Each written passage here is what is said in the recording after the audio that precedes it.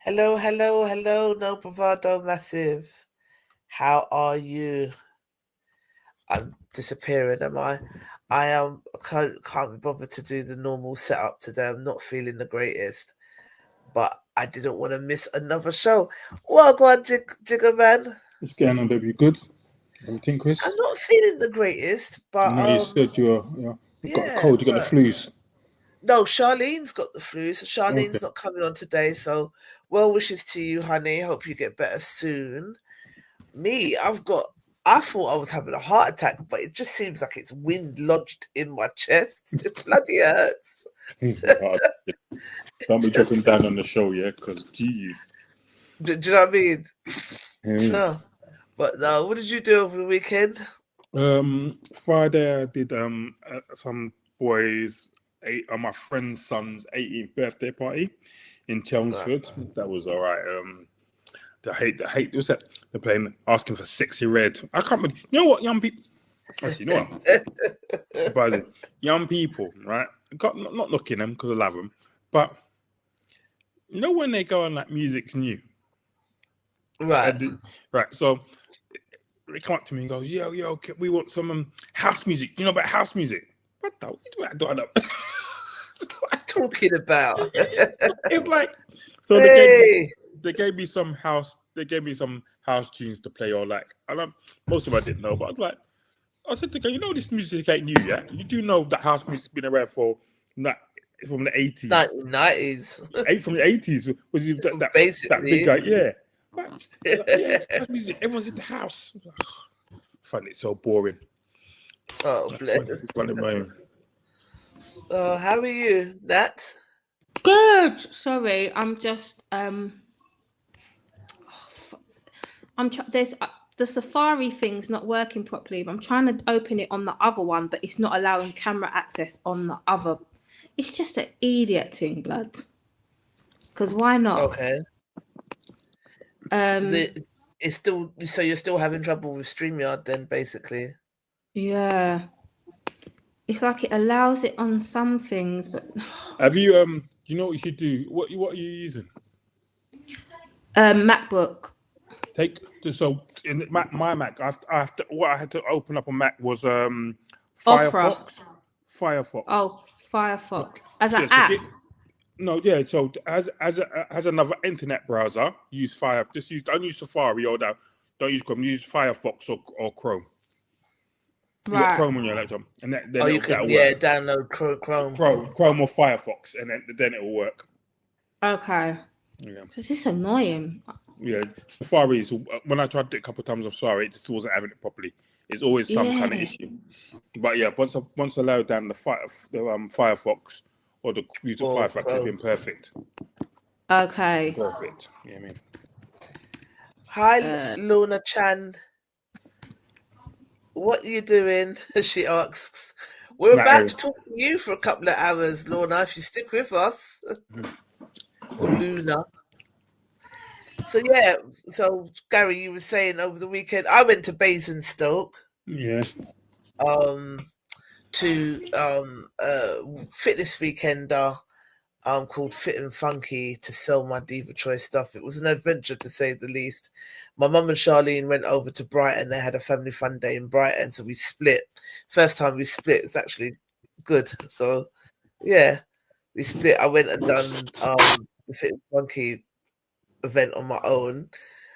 Yeah, it was interesting. It was good. I met some really nice people, and glad that I did it on my own, if that makes sense. I'm glad that I went and done it on my own because I was a bit nervous about going and doing it for the whole weekend on my own, but it was actually really nice. So I now know that I can do more of that on my own. So yeah, looking forward to that. Then I had kind of put I wanted to show you something and see what you think, because I put a advert out on we're looking for a black owned accountant, and hang on, I put, all right, let me share my screen. Let me just show you like this before we go into the topic, and you tell me what you think this is actually about. So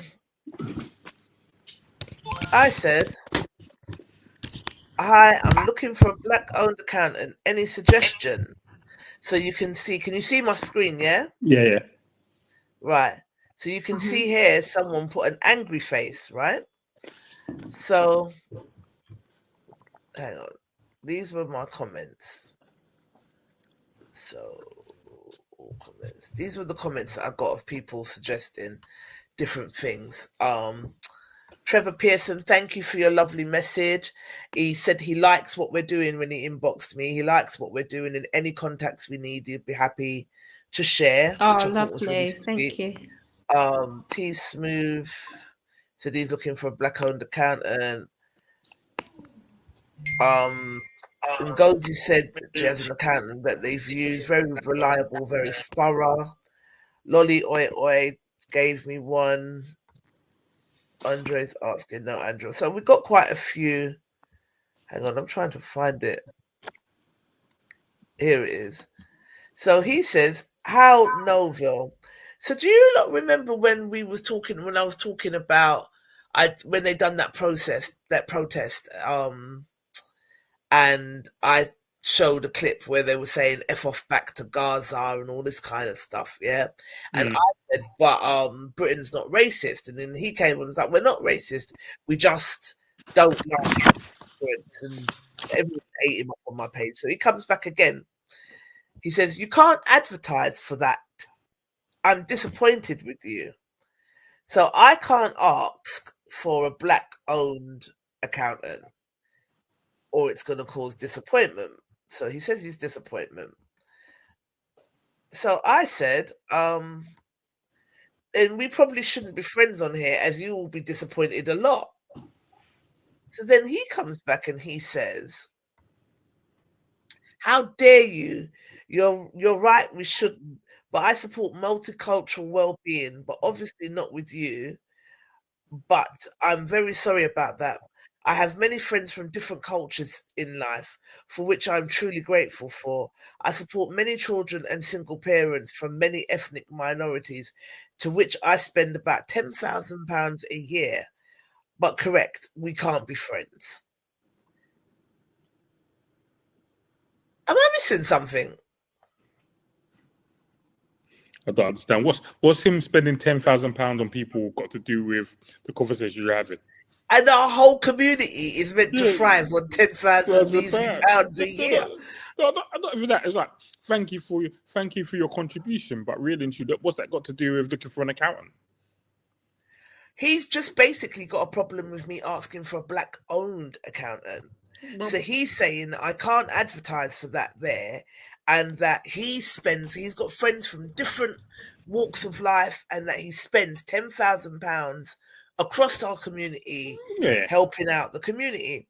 I guess I'm like, all right. So let me start with this. Rewind back. So remember, I'd done a course. I was doing an accelerator course, and I was telling you lot about it, and that I felt a little bit out of sorts because there was doctors in the room, everybody, like people who were making software, people who were like mimicking meta glasses for construction sites. It was just very like making software, and I thought you started, so you finish, yeah. And I sat and I gave a presentation. And in that presentation, we were pitching for some money, and I would have been able to do like a little health event with you guys. We could have just got up and done something for Black Excellence if we had won this, but we didn't win. I sat there in that presentation, and it was an all-male panel, and it was meant to be 2 males, 2 females, and the females dropped out, so they had to replace them with 2 men in the end. So then I sat there and I spoke about the fact that we still earn £10,000 less than our white counterparts a year. Natalie, you helped me to get this video together. So all of the points that we kind of picked out is what I said in the presentation. 0.2% of women get chosen for venture capital funding. Black businesses are funded out of our own pockets or through the generosity of friends and family. There's large disparities there. So I spoke about that in my pitch and in my presentation.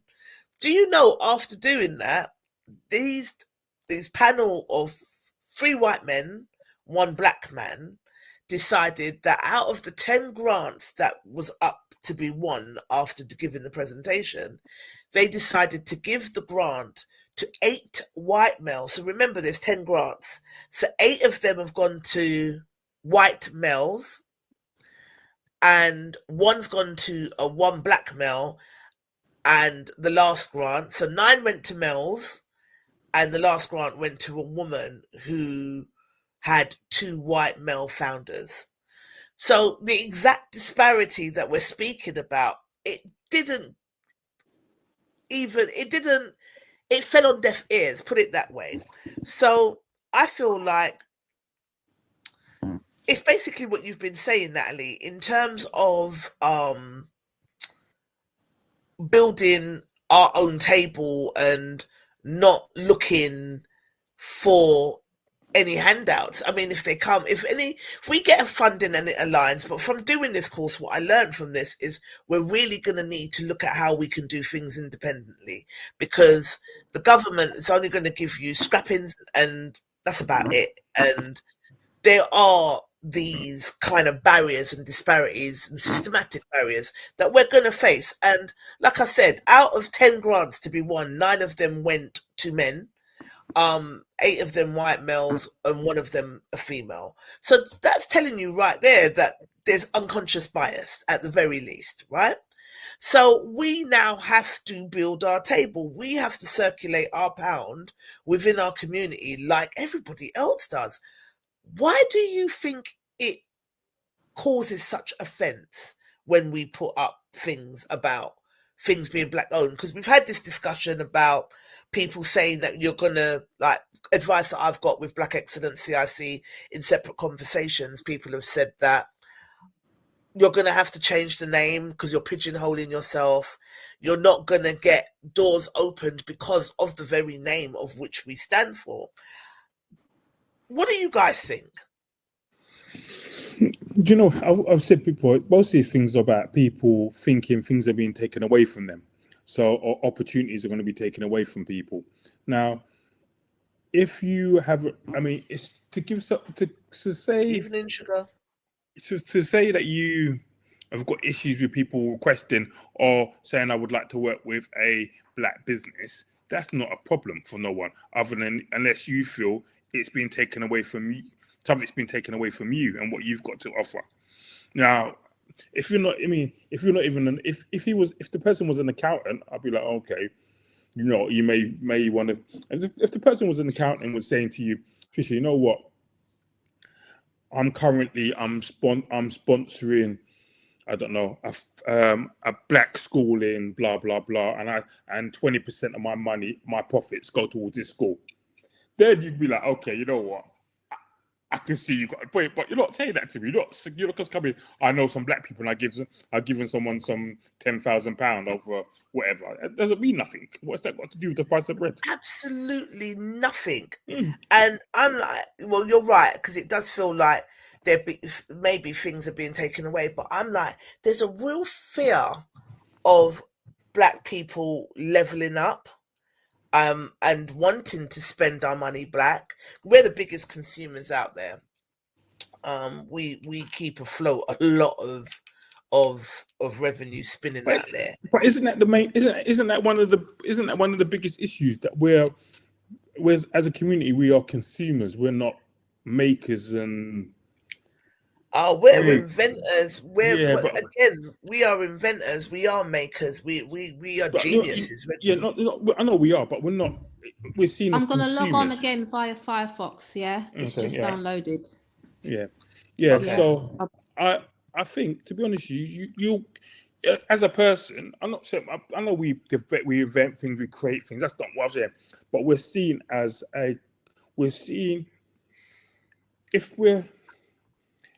as you said, we buy a lot, we consume a lot of things, we set trends, we do this, so we're paying. I remember someone saying to me about the gold rush. The people who made all the money in the gold rush weren't the people looking for gold. It was the people who were supplying the forks, the shovels, and all the materials. Those are the people that made money, because Right. I mean, the people looking for gold, maybe out of 1,000 of you, one of you found gold, but everyone has to have a shovel type thing. Right. Yeah. And I think that's the issue, that we as a community, we haven't got things to get. Right, as a DJ, one of my main annoyances is we have to go to other communities to find a club or a venue. Right. There's no venue. So at the end of the day, I put a dance on. I sell at the dance, and I had 500 people there, Right. and they've got the bar. I may get £10. I may get £5,000 and come out with £5,000 for the night. But the people, I paid the club owner £2,000 for the venue, and he's getting all the money that you're buying for drinks.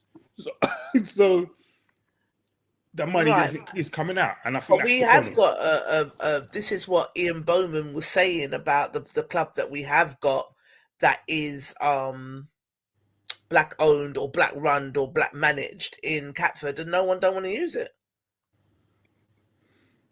Don't know what it's from. I mean, see, people don't want to use it. What club is that? It was Silks. What they used it on Saturday? Did they? Yeah, for Legs' party. Yeah, I think Legs is loyal to it, but there are a lot of people that don't really want to use it.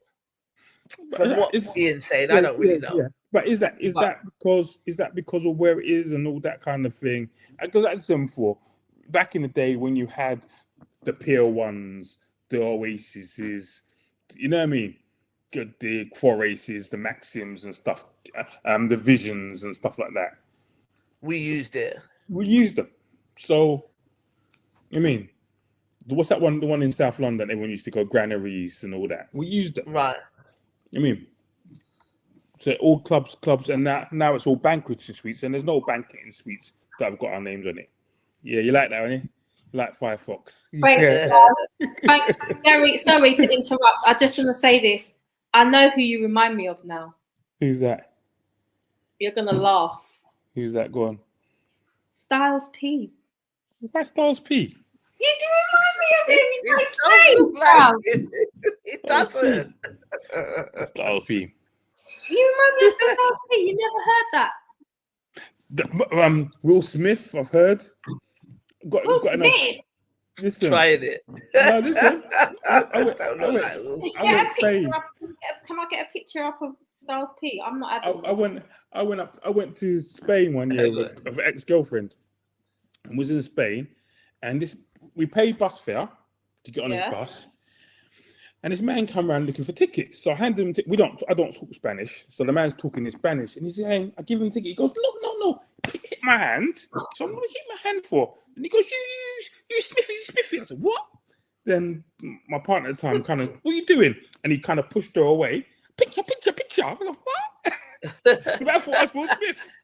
If that's the epitome of you think all black people look the same, I don't know what to say. That's the most racist thing I ever heard. Smithy. On a bus, riding a bus. Oh, dear. All right, hang on. Let me share my screen. Yeah, as I said, I mean, personally, I don't take those things. That's like a dead Styles P picture, if you do find one. Right. You see my screen? Yeah. Look, Gary there with the mic. What, here? That one. Yes, man. They don't look like. No. I don't know, man. Do you know what? I tell you whom my oldest daughter's mum said I look like, and all her friends. Donnie Go on. McKirkland. Who? Donnie McKirkland, Who that is? the gospel singer, the gospel priest. Oh, I No, don't know. I don't know who don't that know. is. Could you imagine we're such hedonists? We don't know that. Donnie. We're like, God. Who knows? So, Natalie, what do you think about the man coming on my page out telling me? But when I went to respond, he had blocked me because I was about to chew up his ass. But he had blocked me. So, what do you What do you think? I think. I think you think F him. double fuck you. Please, I'm so glad when the racist trash take themselves out. I always know you're racist when you tell me how many black people you know. That's when I know Right. that you're a closet supremacist. Like, we don't care, number one. No one else makes apologies for doing things for their community. We're not walking around booting white people in the face. Move. Yeah. Yeah, we make We no are the apologies. biggest consumers, so we should be able to spend some of that money within our community. Niggas. So we should be able to spend some. And then it comes back when you said ninjas. I can't. We're gonna arrest you. Like, we're just not apologizing. If you're offended, you're a supremacist because you think you need to reign supreme. We're not trying to overtake you. There's no race. Yeah, we're trying to build ourselves up. Sorry that offends you, but I don't give a fuck. Yeah. No explanation needed. And for the pigeonholing thing, yes, we are pigeonholing. That's the point of the organization. That's the very idea of what we're doing. It's a pigeonholize. It's not United Colours of Benetton excellence. Otherwise, you know what I mean? That's so stupid. Specifically black excellence, and we need to stop being afraid to pigeonhole in that respect. For those who's meant, because who it's for, it's for. Who it's not for are the ones that it will will be a deterrent for. It's not for you. If it's a deterrent for you, it's not for you. If you're going to give me an opportunity, but you won't give me the opportunity if you know the full blackness of it, then go on. Bye. Don't want the opportunity. We will continue to create our own opportunities. We make no apologies for pigeonholing and creating a whole lane and section where we help ourselves. I'm sorry, no one else is coming to do it. And if you're only going to come and help us if we whitewash it, then you can fuck off and you can keep it, and we will continue to do it ourselves. Straight. Anyway, I just wanted to share that with you. We don't think you look. I don't think you look like Styles P. Gary. I don't think you look like Styles P. I don't know what Natalie's talking about. You but I wanted to. I saw him do a podcast the other day, yeah, and I was like, Gary, he was talking, and as he was talking, I was like, Gary, his whole mouth, he looked like Gary. Yeah, not to me. When you do the Black Excellence stuff on Instagram and that, do you get that kind of? Because I find when I manage the Facebook posts, I get a lot of it on Facebook. Like, no. But do you get that on Insta? No, not at all. Okay. Because the algorithm takes it straight to who it needs to go to. So we get more applause than anyone else. Whereas Facebook algorithms all over the place. But this one, it targets them, who it's meant to target. Right. If anyone did come off, I think people have come on our page when we first started. And I was like, bye. But that was very much so, it was a Thames Mead lot. Yes, yeah. It's not for you anyway. I don't care.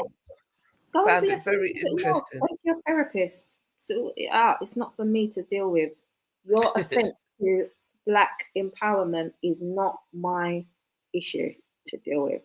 So go and talk to the wall about that. There's something about it, yeah. I don't care. All right, let me share my screen. Good evening to all of you that are watching. A lot of people are watching on YouTube, so I can't see who it is. But for those of you that are with us, thank you for being here. We appreciate you. So, good evening to Davina. Good evening to Rosemary Gabidian, Luna Chan, and whoever else is watching. Let's have a look. So, this was an inbox received by Gary, who shared it to us. Yeah. So, what do you think? Let me share my screen and read it. So what? They're Deirdre and Gary. Yeah.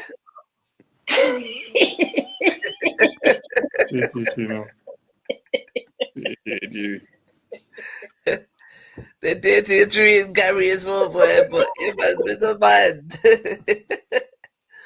All right, this is an inbox we received. Take a look, everyone, and let me know what you would do. I know for me, I would not be doing any of the activities. They may not even see me at the wedding because I'm ignorant like that. But let me know what you think and be massive. So that was my little note. Anyway, this is a scenario. I agreed to be bridesmaid for my good friend. Her sister is Maid of Honour, of course, aka CEO of the hen do and the princess of the wedding. Her first genius idea was a 1,700 per person hen in Europe that screamed vacation, not bridal bonding. Everyone's jaw hit the floor, so she downgrades the plan to fly 6 hours away. No discussion, just boom. We're going international, girls. I said I was good for any dates except early July, as I had a holiday booked. She said no problem. We're thinking March. Fast forward a week, she drops hotel links and dates that overlap exactly with my July trip. When I asked if the dates were flexible, I got a firm no, just like I'd asked to move the actual wedding. Then, hang on. Then we find out the luxury villa she booked has 4 double beds for 10 people. So yeah, we're sharing beds with people we've only met on WhatsApp. Who's spooning who? Blood. I'm not going. I'm telling you that free. I haven't even read the whole thing. I'm just not going. The trip's over £800 before spending money. And get this, we bridesmaids are also covering the bride's chair. So realistically, it's 2K for 4 days of jet-lagged small talk and potential bed sharing with my new WhatsApp family who I haven't met. It's not even about the money at this point, it's principle. It feels like we've been invited just to split the invoice. So here's what I want to ask. What's a reasonable price for a hen do before it becomes a destination wedding side trip? If you already have plans, are you allowed to say nah, even if you and the bride are really close and you are bridesmaids? And would it be okay for half of the bridesmaids to book another hotel? We asked what happens if half of the bridesmaids just book another hotel. Oh, and the Maid of Honour, she ghosted the group chat, which honestly might be the best decision she's made so far.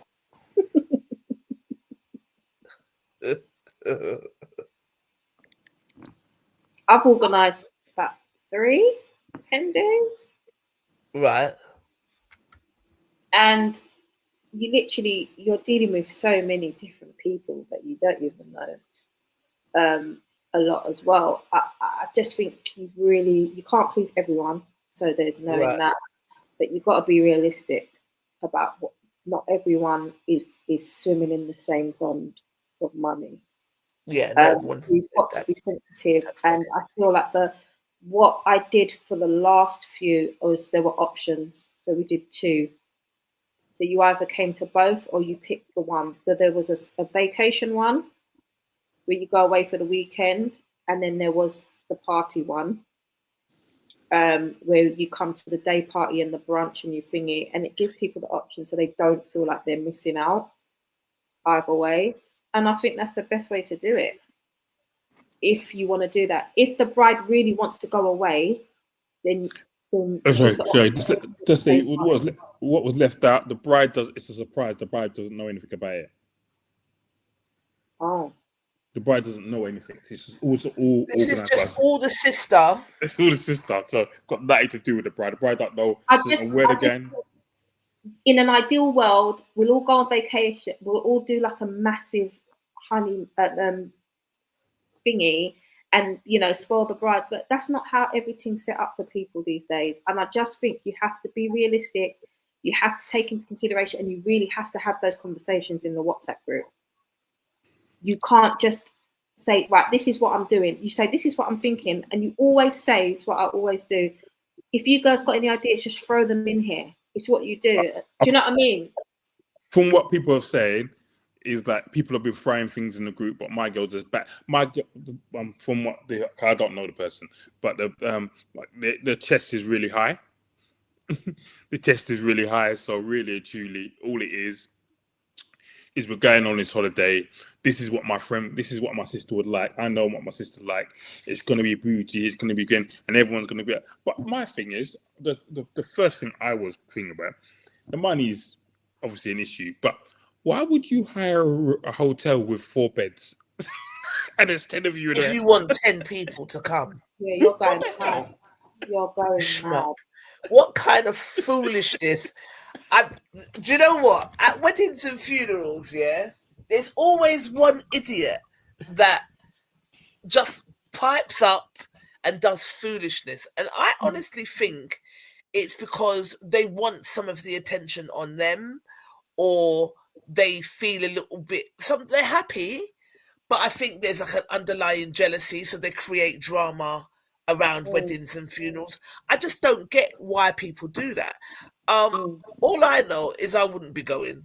I probably would pay money towards the bride going. I'm not going, especially if I told you these are the dates I'm not available, and then you go and do it on the dates that I'm not available, then you don't want me to come. Yeah. It's like I said, it is hard to please him. It is, because sometimes you will get everything, and you'll get those odd people that will still moan. But as long as you know that you've got to be reasonable. You've got to be. If you're reasonable, I moaned at one of your ones, one of your Hindus, because there was no food. Remember, I was horrified when I realised. Yeah. But we had such a great time. I just thought that there should be some chicken with these waffles. I was like, it's just Prosecco and waffles. That's it. Yeah, they all acted like it was going to be some big brunch. Yeah, some big like stack of waffles. Like some big American. When you see the waffles that they gave, they were cheeky. But it was a really good party. Like everyone was super drunk and were dancing. There was not one person sitting down. We were all over the place. It was ours, isn't it? The whole we had a great time, but that's the only thing that I moaned about was, where's the food? Like, we've got to drink all this Prosecco and there's no real food. Like, that was my main complaint. Like, give me a little chicken wing with the waffle now. But other than that, but I don't know. Would you? So, because I wouldn't go. Yeah, and it will always. No, but you can't. You say you can't go, right? But if it's like your bona fide brethren, like not even just something like you're at the end of the day, she's invited you to be your bridesmaid, so you're gonna be close to her, yeah. So there's got to be like, I'm gonna be at the wedding, maybe at this point. So you're lucky. But sometimes it gets so bad with one of the maids of honour that no one knows, that you end up having to speak to the bride quietly. Right. So when it is going pear-shaped and it like look crazy, you might have to whisper a little something. You don't want to stress them out, but as the last resort, just so they don't think, well, what the fuck? Do you know what I mean? Yeah. You have to give some context. I I mean, do you think that if someone asks you to be a bridesmaid, that they should pay for your dress? Should the expense be on the people who are getting married? My daughter, I was chatting to my oldest daughter today, and she told me she's a bridesmaid, and she said, "Oh, she's got to buy a dress," and which I didn't know girls did this, and she said to me, "Oh, because I'm buying the dress, all it is you got to buy a certain color, but everyone else, you buy a certain color, but it can be any dress as long as it's the same color. So everyone's got to say like a blue, everyone has to wear blue." All about, but you can have any different style of dress. That's how they do it nowadays, dads. And I said, so you can look mismatch. And she said, no, that's how it is. So I go, you can have some people in long frocks, some people in little batty rider dresses. Like, oh my God. She goes, no, that's not a bridesmaid dress. It's got to be long and to the floor. I'm like, I don't know. For me, give people options. Someone's gonna come out with batty cheeks sticking at the back. Of course, some good-looking man at wedding, isn't it? Looking attention at wedding. I mean, I don't know. I don't think it's reasonable to. If I want you to be my bridesmaid, I think that's probably you go and buy a dress that you like that fits your budget. Fair enough. I think that's fair enough. But I think if you've got a particular way that you want the wedding to look, you've got a particular way that you want your bridesmaids to look, and it has to be in a certain price bracket, then you better carry that bill. Yeah, but someone just texted me and said, yes, Trisha, the brides and groom should pay for it. Speaking from my own experience, bridal party didn't pay a penny. So when they got married, they said the bridal party didn't pay a penny. But some people got big chests. Like one of my brethren got married. He had 10 groomsmen and 10 bridesmaids. No, 12 bridesmaids, 12 groomsmen. So 24 people in the wedding party, not including him and his wife. That's a whole heap of people to buy clothes for. Well, this is my point. Why has there got to be a whole bag of people galloping behind you? Like, I don't understand. No, like 24 people. What the hell for? Especially at our age. Like, I haven't even got 24 family members that I would want behind me in the wedding. Like, no, there's be a couple of friends, and that's it. I don't know. I think as I've gotten older, when I was younger, I used to always think that I wanted a big wedding, and I wanted this, and I wanted that, and I wanted this, and I wanted that. Now, I want condos and houses and an escape plan out of Britain that I can go and retire with an umbrella and a drink somewhere. So spending. Gary's laughing at me, but it's true. No. Someone just texted said. Someone else texted me and said, "Damn, that's 2 football teams."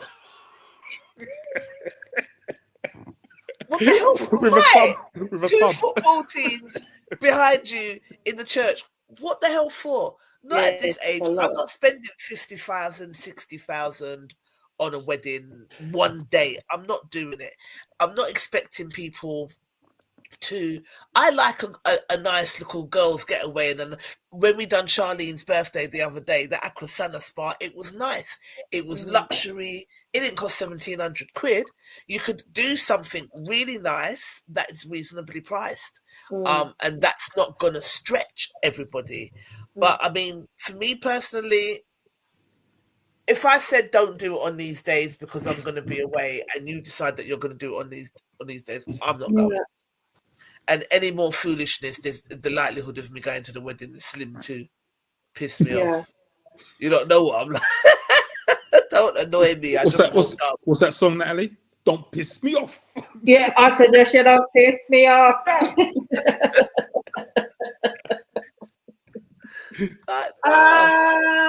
She said don't fuck about. No. Good evening, Fidel. Good evening, Tazzy Taz. Hey. Good. Hey, Taz. Good. Hey, Someone's asking, do we like mashed potatoes with worms for Thanksgiving? Yeah, give me 2 plates.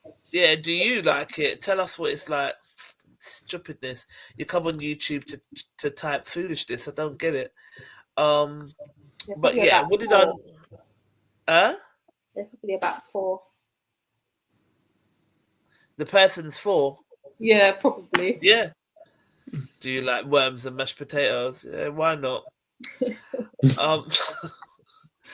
um, okay. So let's look at the comments. What No Bravado Massive said. Can you see my screen? Yeah. Okay. If there hasn't been, Laroon Forrester said, if there hasn't been an amicable discussion where everyone is in agreement, I'd say no. Seems like it's more about the maid of honor. And I think that happens at weddings, that the maid of honor just turns into like even more of a bridezilla than the bride. What do you think that's about? Because they're chief person, because they're like, I'm the main person. I'm the bride and it's me next. That's in it. Yeah, I said, yeah, so I said, you're right. Weddings and funerals, there's always one person that just brings drama and mix up so attention can be on them. Usually they're a little put out is what I should have said. That there's a person close to them getting married, so they act up. Yeah. I think it's a power trip as well. Everyone wants to be like the center of attention. Does that make sense? Everyone wants to be the main character of the wedding, innit? Closest to them. If someone's getting married, I'm the closest to them. Yeah. Do you know what I mean? I'm the main character outside the word. I'm the main character. I mean, it's more about me than the mother of the bride. Yeah. It weddings really bring out some strange emotions in people. It's bizarre. Yeah. Davina said, Trish, I think you've gotten to know me a little to know what I think. So I said, I don't know. At first I thought she would not go, because that's what I did think, like Davina wouldn't go to that. But at the same time, you're ride or die for your peeps, so would want to be there for your close friends. So actually not sure. What would you do out of interest? So Davina said, I don't tolerate being taken for Pappy's show. So although I'm a ride or die, I have my boundaries and limitations. It wasn't the bride that arranged it, as is probably unaware of the arrangements and costs involved as such. I would expect her to understand when I speak to her and explain why I won't be in attendance. And if she don't understand, then I guess I'll be one friend down. But in my circle, I don't associate, much less have friends who are inconsiderate and don't have compassion, empathy, and understanding. So this really wouldn't be an issue. I said, if you decided that you were not going and they asked you to contribute towards the bride's fare, would you do that? Davina said, it's dependent on how much that share is. Me not going wouldn't mean I wouldn't want my good friend to go and have a great time on her hen. It states over 800. I'm rounding it up to 800, between 8 and 9, I guess, which works out to be just under £89. That's doable. So yeah, you can. I get that. So you could chuck £100 if all of you are splitting it for the bride to go. Of course, that's doable. And yes, I will probably for my good friend. But if the sister come try and tell me any extras, etc., I ain't paying shite. Full stop. I would happily pay and go if it was the actual wedding. I did so last year, and that cost just under 2k to JA, but not the hen. Sorry, I agree. Like the wedding, yeah, but not the hen. I must spend all of this money for. Yeah, I'd rather contribute to your stamp duty for your God. Like, sorry, all this high chest foolishness has to stop, especially if we ain't got ownership.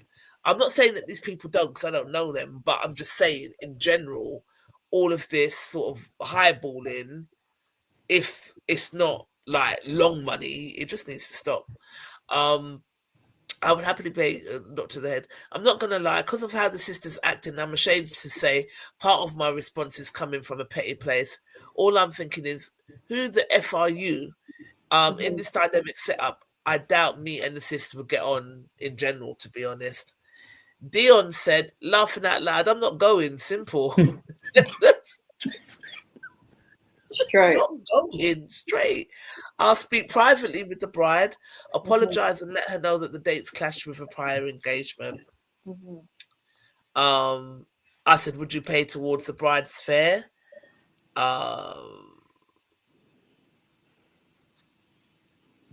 I think I would, as I'm not going. And to be honest, the whole setup sounds funky. I don't like the unagreed, undiscussed financial expectations placed on bridesmaid, and that's the point. That's exactly the point I'm trying to make. If you want me to be a part of your wedding party, I don't think it's fair. See, I'm trying to choose my words carefully because what if I get married and then we want people to? But I will try to be. I will try to be reasonable with it. So if you've got to buy your own dress, this is the color theme. So if it's Tiffany green, it's Tiffany green. Go out and get a Tiffany green dress to fit your budget. But to have expectations for people to spend like 2K on the head night before we've even got to the wedding, I think is wild. One time, one of my friends was getting married, and they I can't remember the theme. I was a groomsman. I can't remember the theme of the I think it was like a bright green, or it was either a white suit or green suit. I can't remember which one it was. It's upstairs. You go and look, and it was a bit of money for it, and you had to buy a suit. And I was like, why am I buying? If it's a suit, if it was a black nice suit, I'd have bought it so I could wear it anytime. I'm not wearing this thing ever again. Like literally, at least the dress you can wear it again. I'm not wearing it again. And it's big money. Yeah. Nick said, I wouldn't be asking those questions. I'm just not going. The general consensus is blood. I'm not going. Yeah. Forget it. Charlene, the remix queen, said, friendship done. Fino, la fin. Finito, la fin. £1,700 for a bridal trip and 2 in a bed. The maths just ain't mathsing. 4 double beds and 10 guests means 2 on the floor or couch. No friendship worth that much, you know. The saying, people come and people go. Girl, bye. So the bride's not. You're not going to be the bride's friend anymore either. It's the sister. It's not really the bride. But she's like, do you know what? People come, people go. Bye. Yeah. You and your sister can tiddle That's off. cold. I love this group. So the girl just texted me. She said, and there's activities too. Brunch, there are spa, there, etc. Not that it's all about the cost, but we're not even splitting it. We're not all splitting. Only some of them are splitting. It's not everybody. It's only, say out of the 8, maybe 3 or 4 of them are splitting. No, who has that right now? Just to be throwing around in these cost of living times. Nope, not doing it. If you're watching, my friend, go on your holiday that you had already pre-booked and sip a cocktail and mind your business and leave, because it's going to be some kind of mix-up and tear up in because like this same Maid of Honour is going to just be a fool out there as well. I wouldn't want to go on holiday. Yeah, I wouldn't want to go on holiday with this person. Sonia Williams said, bride Maid of Honour needs to scale down her purse size. I'm not sharing a room, let alone a bed with strangers I don't know. Where are you meant to get dressed and lay out your clothes? I need space, just saying. Need space, you know. Hang on. Let me stop sharing. Let me find it back because it's just come off of it for no reason. Why is that? Hang on. Let me find it back. Do you know I've never shared a room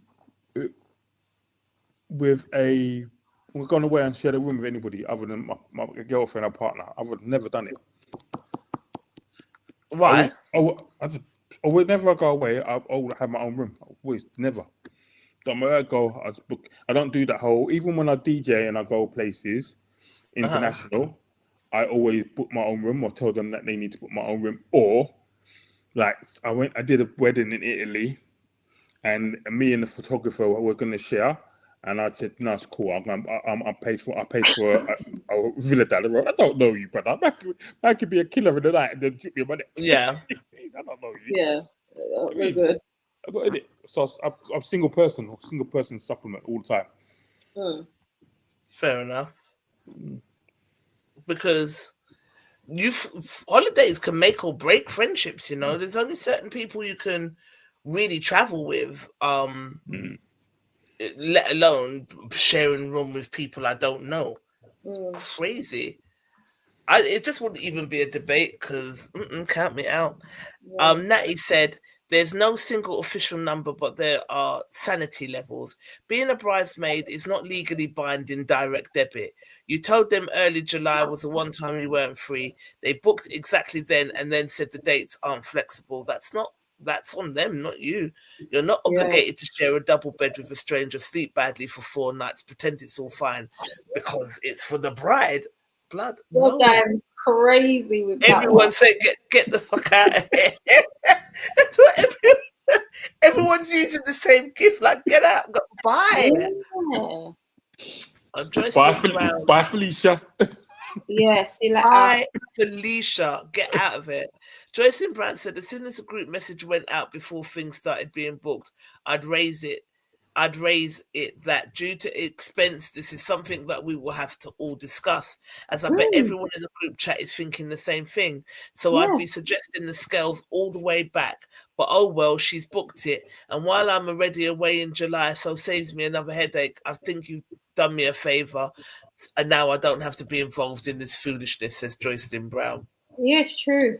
I hear that. Tazzy said, I will not be going. See, if you're watching, my friend, nobody's going. Nobody's going. Nobody And it's is the way going. the sister's ruining it for her, man. Yeah, which is something else that needs to be looked at. Yeah. I will not be going if I'd already had my holiday plans. We learn that in life, says Tazzy Taz.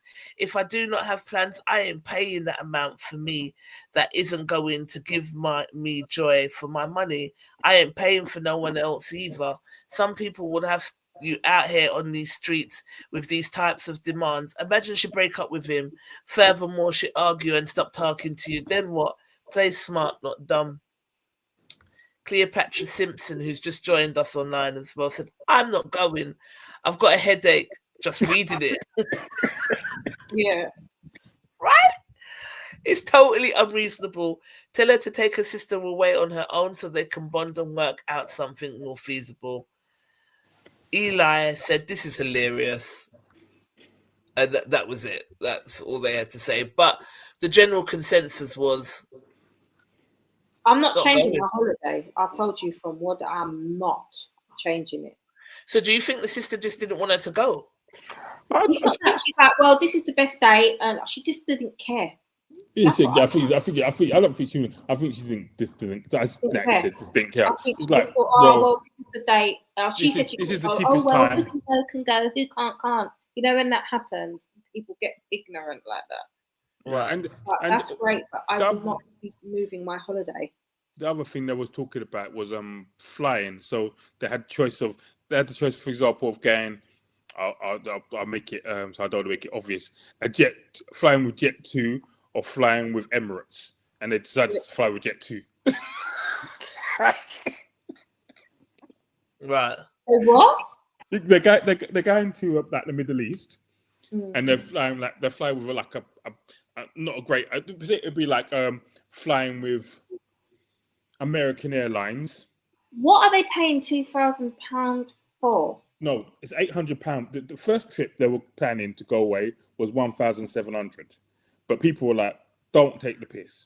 So she rearranged it, and now they're going somewhere in the Middle East, and it's £800. Oh, it's £800. £800 plus everything else like the spa and all that stuff. Plus activities. Yeah, activities. And they're flying with a rinky-dink airline. You're going mad. You're going to go all the way to the Emirates in a convertible plane. Yeah. To save money when you could have done something here because your chest is high. Because if you're high. When I go on holiday, the reason why I'm not on holiday every week is because there's a few things I don't skimp on. The plane and the hotel. So if I'm going abroad, I'm not doing it unless I can do it in that manner. Yeah. Don't go and make everyone spend £2,000 and you're on a Jet2 holiday where you get half a seat. It's not a Jet 2 holiday, but I just use that as an example. Equivalent No, but as. you know what I mean? Yeah. Can you imagine going all the way to fucking Abu Dhabi in Ryanair? But like I said, so if for me, right? For me, if I'm going Emirates, if I send that to the Emirates, I'm not flying British Airways. I'm flying with Emirates or Qatar, whatever, because there are levels to the game. Like if Virgin flew to Emirates, I will still go with Emirates because I've been on Emirates a couple times and I've been really impressed. The planes are crisp. The A380 is huge. Yeah. Love what? It's a plane. There's space. Etihad. Etihad. Them planes there you're going with them, and then people know how to treat you. Right. I'm not going British Airways, American Airlines, Jet 2, right? I'm not flying to them places there. I'm going with one of their carriers because you mean decent. Yeah. I mean, if you go on the A380s, the double decker planes, it's even the economies like this, Trisha. You know what I mean? I feel like sometimes as well, because it's a wedding, you just think there's no boundaries. Like everyone has to, thingy it, bow down to it because it's a wedding. There you say no, you look like the bad person. I physically can't do that. I physically can't do that, and I have a life to live after you two are married in the sunset. Yeah, I still got to live after that. Yeah, and it's not even the bride. That's the thing. It's the sister trying to make it all about her and bringing bad vibes, really, because it's just unreasonable. And if this person is a nice person and, probably chose her bridesmaids for a reason, like, you're not going to want to have your bridesmaids under that kind of pressure. You'd want them to do something nice for you, don't get me wrong. A little Airbnb with a hot tub and a little strip hole so we can have a laugh and 2 cocktail games. You understand? But why we got to spend $2,000 before the actual wedding? Makes no sense. To go on holiday with people you don't know. And to be sleeping in a bed with people you don't know. The sisters do lally. She's ruining her sister's wedding, and she needs to fix up. That's my opinion. Does the girl go and tell us that her brethren say, "Look, your sister's taking a piss"? I mean, I wouldn't want to, but I would have to give context behind why you ain't going to see me, especially if we're that tight. You might think, do you know what I mean? There has to be context. Your sister's not going to run back and say, well, she ain't coming. Do you know what I mean? No. Like, I will have to but I won't make it a mix-up thing. I'll just explain it. And if the sister thinks it's unreasonable or reasonable, that's on her. Right. That's on the bride to decide whether she thinks that's unreasonable or not. But I will be explaining why I can't make it. I'll tell you that for free. Rosemary said, if you're meaning the bride and the groom can't afford a huge wedding, don't have one. I'm not attending, kiss my teeth. So yeah, the general consensus, my love, is we're not going. We're not going. I'd like to think, I think now if I got married, there'd be a couple of us on the beach and that's it. It ain't gonna be, the hen night will be the wedding destination. The wedding destination will be, do you know what I mean? The honeymoon destination. We'll just go find a nice beach, couple of my closest friends, a DJ, and good food, and come back and just duke it out and dance it out and have fun. And that's it. But too much pressure. I think it's unreasonable. Don't ask me to be your bridesmaid if I've got to do a whole bag of. But I suppose, as you said before, she don't know. The bride doesn't know. So really, it's all about them. I mean, I put someone in charge. But this is what I say to people. You must know your sister, though. Yeah, but your sister's got high chest, and she's going to do a good job for you. That's what you're thinking, isn't it? And you're thinking all your friends that are going to go are all living like that. So you know what? With a certain level we all can attain, so we're going to do something really extravagant, something brilliant. But I mean, I'm sure the sister would be happy with a like you said, an Airbnb with a hot tub somewhere. You know, they've got some really Yeah. luscious ones, some really Yeah. nice ones. So get a real nice one, decorate it, make the activities fun, hire in some stuff, you know, get a chef, make it nice, Yeah. Yeah. but it doesn't have to be like, because if you think about it, if It's they're a hen telling night. It's just a thing to say you're getting married, you ain't gonna have no more dicky anymore. That's it. That's what it's for. yeah, well, hopefully you'll be getting it from your husband. Yeah, one more dicky. But Yeah, that's it. That is like 800 a piece, right? 800 a Mm. piece that's 8 grand. is what? It's 8 8 grand. grand, right? 8 grand. You can have a really extravagant weekend hen night for a lot less than that Mm. here in the UK, right? Mm. And blow it out of the water. Or it doesn't have to be 8 grand. I think it's stupid. I've got no time. So yeah, don't go. Don't feel no way. Sip your colada on the beach wherever it is you plan to go, my friend. Mm. Don't feel no way. We're not going. All right. Next topic. What we got? I wanted to discuss this. It's quite an old topic, but I wanted to discuss it, but we ran out of time. But I want to discuss it anyway because I really want to hear. I'm trying not to be judgmental, Mm. not to be a judgmental person, and just be like to each their own. But I found myself judging and Do you know? wondering why Do you someone know? would do this. Go on. Before, you know what? I do a lot. I deliver a lot of training, and one thing I always say to people at training, right? A lot of people do training and they'll say, "Oh, we got to work non-judgmentally." And I say to people, that's the biggest load of rubbish ever.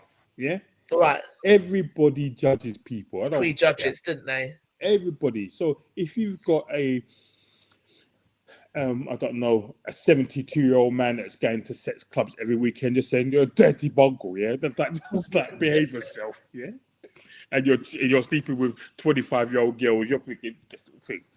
And then what the skill is to not make your judgment impact on how you work with people. Mhm. That's Right. the difference, yeah? Right. So that, Yeah. yes, I may think to myself, what you're doing is a bit off, but you know what? It doesn't mean I'm not going to give you the same treatment as I give everyone else. That's Right. the thing. At the end of the day, we've all got judgments, and we should be making judgment. So when you say just judge the thing, yes, away, but as long as you're not treating the person differently, judge away. Yeah. I hear you. But this is an old topic, so you've probably heard of it before, but I just wanted to get the opportunity to pick your brain and to see if I'm being unreasonable. So Philly rapper Rocky says that she decided to undergo an abortion at 5 months pregnant after she found out that the baby's father was a rat. I ain't want nobody to be like my baby a mouse and his dad is a rat. She said that she discovered his status as a police informant after people knew from her neighborhood came and told her about it. Question for the group. Can anyone here understand what she is talking about or where she's coming from? Can anyone here understand where she's coming from?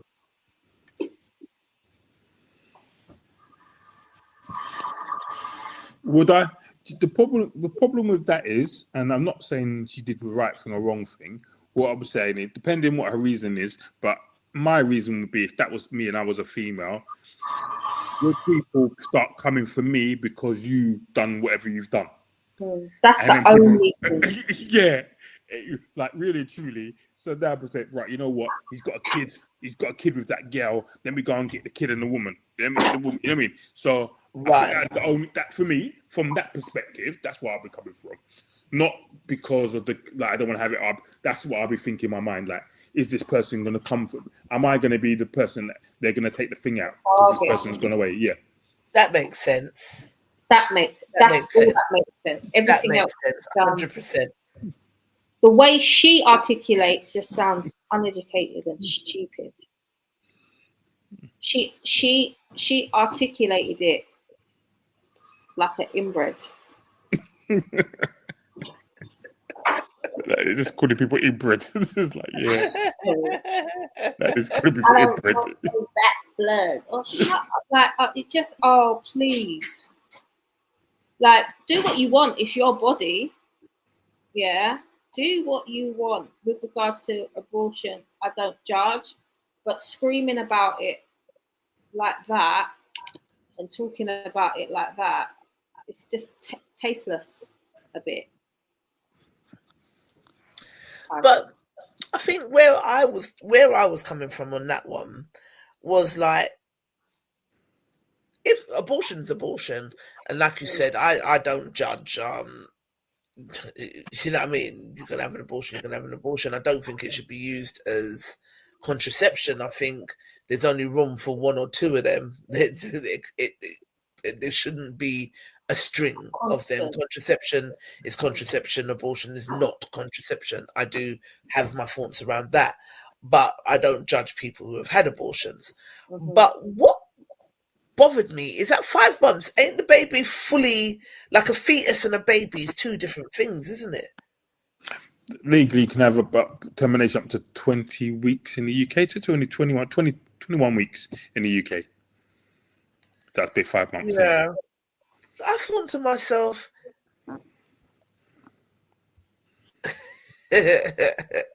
Davina said, I love the way Natalie expresses herself. You really do have a way with words.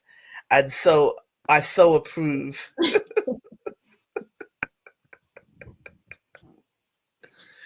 But I was just like, to kill a fetus at 5 months because of what people might say just was wild to me. But some people was like, well, it is what it is. Let's see what our crew said, and then you tell me what you guys think. But I love what you said, Gary. If it's that, if she felt having the baby was going to put her in danger, but it didn't sound and the like baby. that. Yeah.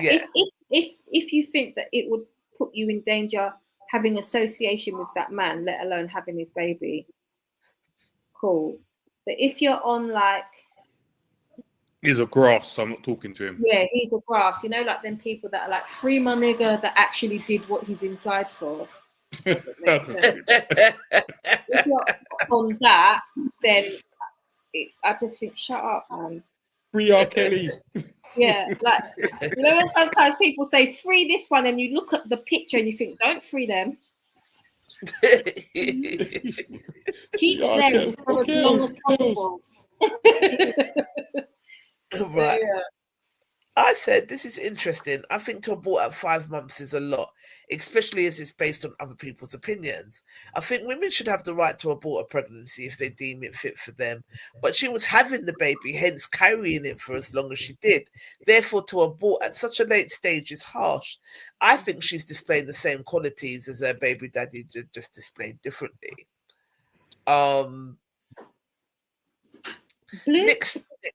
Nick said, it's not something I would do, but it's her choice and something she will have to live with.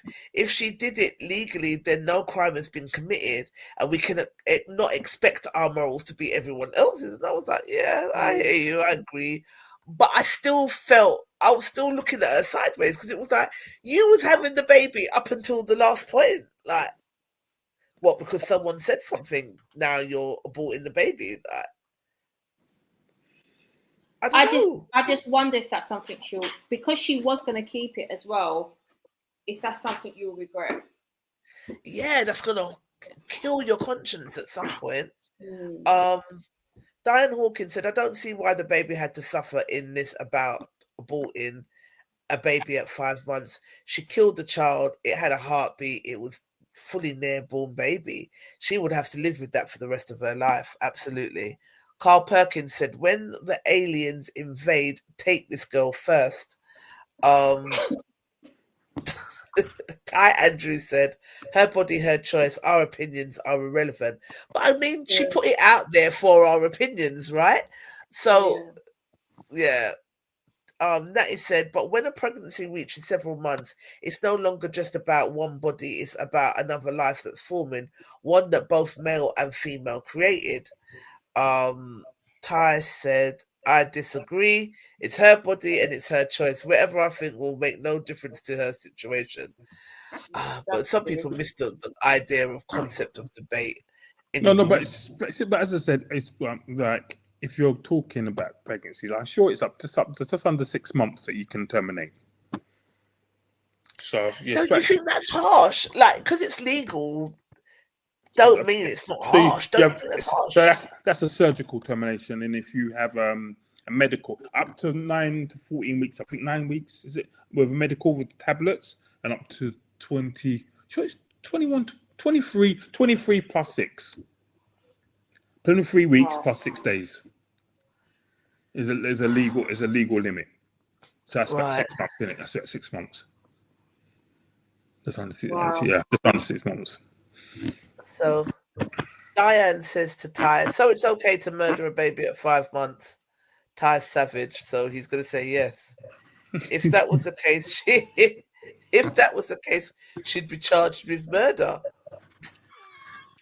Well, have you seen? Well, you wouldn't have seen it because you watched that ratchet ass shit, right? But Jocelyn, you remember Jocelyn from Married Love and Hip Hop? She's got her own show on this really ratchet network called Jocelyn's Cabaret, isn't it? Yeah.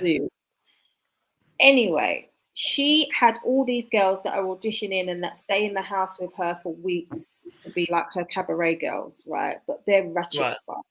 So one girl was crying. They were all having a big group conversation, and Jocelyn's like, "Come here. Why are you crying?" She's like, "I'm sorry. It's just that because I had to abort my baby." She's like, "You had an abortion?" She's like, "Yeah, literally just a week ago or something like that." So she's like, "Oh my gosh." She's like, "Twins." So then the girl behind her goes, "Damn, double homicide."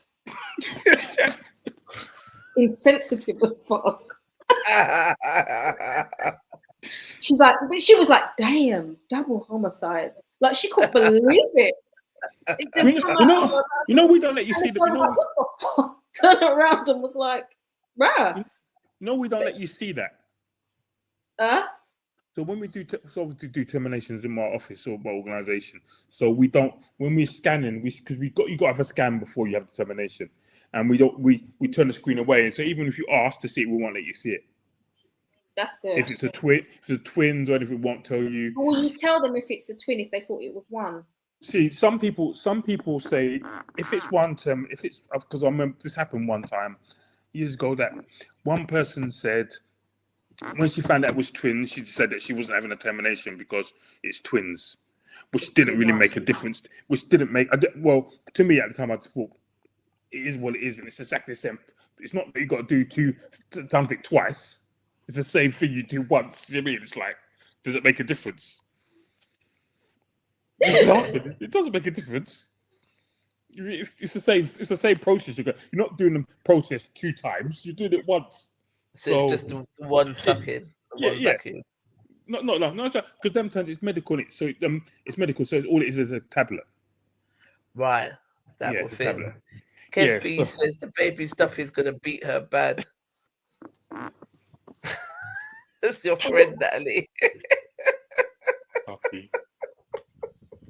I'm sick of him.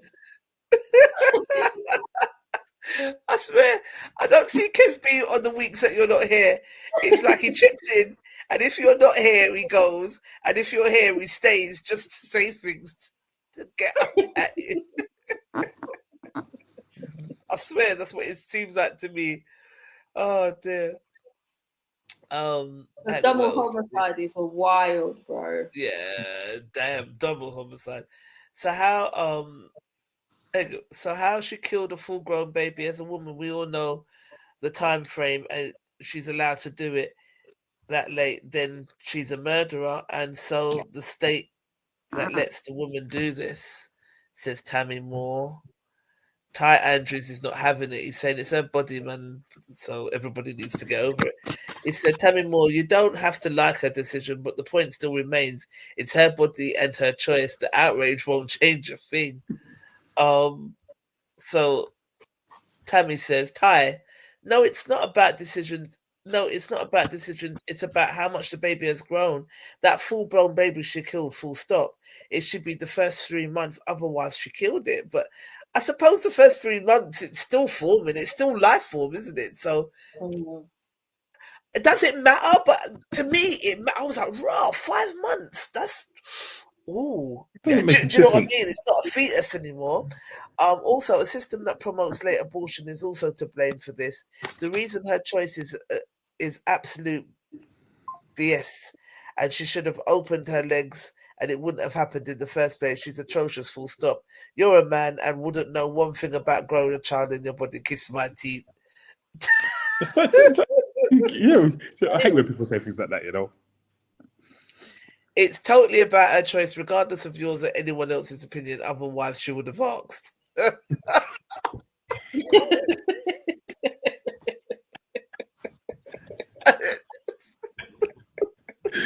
It's so funny. It's so funny in this group. I swear to God. And because like last week, someone was saying to you, Gary, that you think our group just goes along with the majority, and I was like, nah. They need to spend time in the group. They are rude and rank, and they chew each other up. It's hilarious. Tazzy Taz said, if every woman thought like that, the world will probably run low on humans. Every woman, man has flaws. You could be 3 kids later and then see his flaws. Then what? Put those kids back where they come from. You can't. Kwame said she's always struck me as special needs. Tammy Moore said this can't be true because it's not legal and too late. So why people have swinging this narrative is beyond wild. But then Natty came in and educated us and said it's up to 6 months in some parts of the US. In England as well. In England, up to 6 months. It's too late, man. It's not 6. It's 23 weeks and 6 days. It's just under 6 Which months. is what? Just under 6 months. Just under. That's a lot, man. Because what 4 weeks? So 4 weeks in a month, isn't it? Say. Oh, that'd be even longer. Unfortunately, there's some states that do full-term abortion. Not in America. In some states, apparently, No, but definitely not. Definitely not. I guarantee that's not. I definitely know that's not the case. America's got stricter termination rules than the UK's got. They do have way stricter. Yeah, they've banned it in some states anyway. And Trump don't play. Like he took or reversed all it. So it's a criminal offence in some states now to have a termination at any stage. At any stage. Yeah. Sonia said, shouldn't she do her research on the man before sleeping with the rat? Would have saved her a lot of money and emotional stress aborting a human. Yankee said, these people in Philly are different. Enough of them don't make it make sense. He's in Philly as we speak. She's an idiot. She's showing how stupidity has impacted our youth the evil way. If this is true, then we have a lot of work to do. Patrick Sobers said, is it even legal? Can you get an abortion at 5 months? Apparently, yes. I think it's too late. This can't be true. First off, 5 months can't be done. Surely not. Secondly, you're carrying the man's child. You're carrying the man. It's about the baby inside you. Wow, she must have developed an emotional connection with the baby. This is madness to me. So then we go on to tell her, actually, it's up to 5 months you can. She needs mental help. If he's the rat, you're the sewers. Delusional, her body, her choice, says Naomi Winter.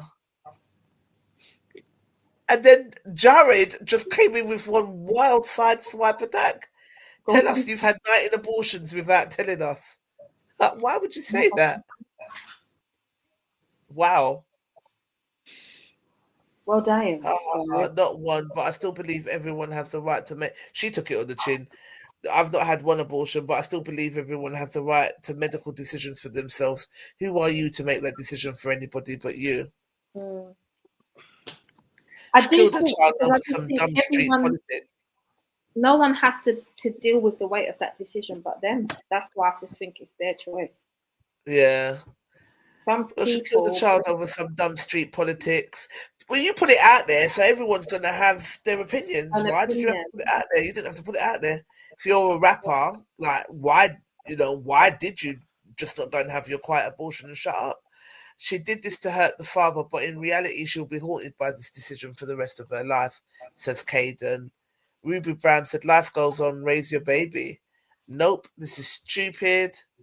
They have no issues committing murder infanticide. I don't know what that is, because they're inherently evil. So people snitched on him being a snitch, and she's worried about people's opinion, right? I'm not the one to judge a woman for her choices, but 5 months, inexcusable. That's a whole baby in there. She's a killer. I'm pro-choice. Oh. But 5 months, would you really feel movement kicks? That's very heartless. It's probably better she won't become a mother. She laid down to make that baby. 5 months, wow, she killed it for no reason other than the father was no good. Maybe she should have chosen better. Only rat I see is a horrible little slag, says Daniel Boo. Yo, you know, a murderer, murder she wrote, whole. She will get judgment for that. Might take years, but it will come. Now, my opinion wasn't as strong as she's a whole, and all these things, but I don't know, for some reason, and I'm not one that, like I said, is like, oh, you should never have abortions. Everyone's got to do what everyone's got to do. But I don't know why maybe it's a shock. I didn't realize you could do it so late, but I don't know why the 5 months bothered me. Because it's over half. That's why. Yeah. Yeah, that's why. If it was under half, you probably wouldn't say it, but because you say it's already, because you're thinking 9 months and 5 months is 6 months is nearly, so 5 months and 1 week is over half. 6 days is over half. You know what I mean? It seemed cold to do that, but yeah, that was that topic anyway. All right, moving on. What we got? Let's try this one. This one was posted by Davina. It didn't get much comments, but I wanted to see what you guys think of this. Hang on, let me share my screen. Share screen. I thought this was interesting. So,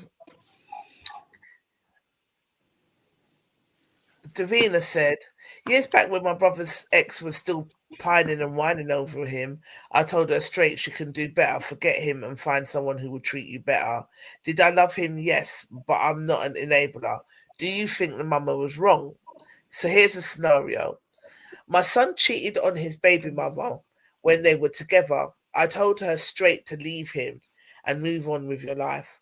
Fast forward some time later, my co-worker was talking about how he wished he had a good woman.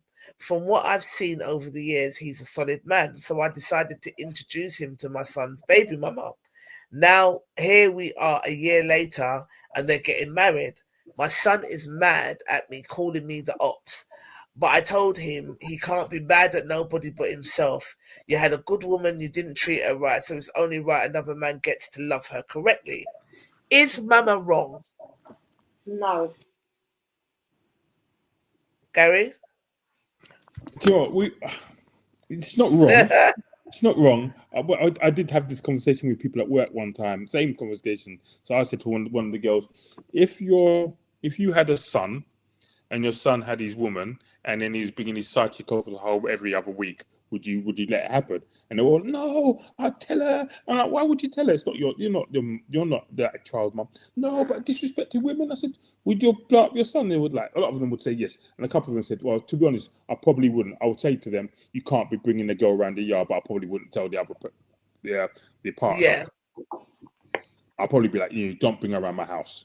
And that's about it afterwards. But I mean, you're wrong. I mean, it all depends on what relationship the mum and the girlfriend have. Because if you bring your partner to your house and introduce you to your mum as a partner, and this is my girl, blah blah blah, then don't expect your mum to back you up or your dad to back you up in that situation. You know what I mean?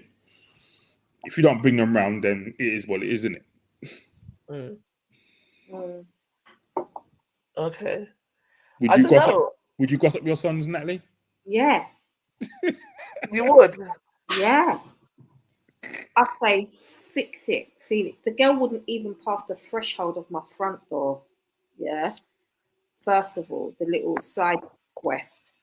And then I would be like, you tell her before I tell her. Especially if it's someone you're actively seeing. It's not just something that happened. You're seeing this other person behind her back. I have watched a whole family be so tight with the main girlfriend and still have the side piece ringing them. And I was like, well, how is she ringing them? Right, if you're She's close so with. close to the girl. It's fuckery. I don't Yeah. fuck with it. So no. Mum, I remember meeting someone and no, I remember hearing about this person that had a woman of how many years, nearly 10 years, and that was their woman. When I first met the person, I met them with the girl. Yeah, met them with a woman. All the while, I'm befriending this woman and we're having a good time. We're on a double date, thinking that that's the woman of 10 years, his real girl. I then go to the parents' house a few weeks later and he comes in with another woman. So I'm like, who's that? Oh, that's... So who the fuck was I with a few weeks ago? I said, don't you ever in your life put me in that position again. I felt it made me feel sick. Honestly, Right. So you had me up and down to rolling with it, and the girl's talking like, yeah, because when we do this, when we go on holiday, when talking. So obviously I'm thinking that standardly, because as well, why would you bring me around the side piece like that? And then bring me around the thingy? You're going mad. Who was this? Who was this person? Don't say their name, but what did you say it was? Who did you say it was? Your friend? No. she was on a date with someone else. I was on a date with Double date. It was a and double their date, right? Sibling, their family member had a long-term partner Yeah, of nearly I see. 10 years. And before I got to meet the sibling properly, and the girl, I kept hearing about this long-term relationship. Oh, they're at this long-term relationships. Oh, this long-term relationships that my mum's with them. Cool. We're going on a date. We're meeting my sibling, and he's coming with us. Cool. He comes with. He wasn't going to. It wasn't meant to be a double date. It was just meant to be us going to some pool thing and rolling, whatever. But he comes. There, I thought she's all cozy up. I'm believing that's that who this you've been is the talking about the whole partner, time. right? No one said nothing to me. And then this girl is talking to me like, yeah, because when he helps me so good with this and he does this, and they're talking like this has been a long-term thing, honey.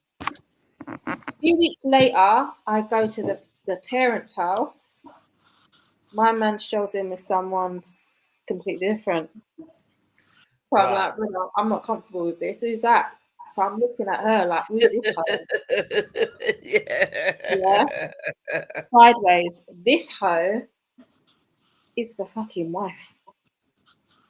I was like this the whole time. Get me out.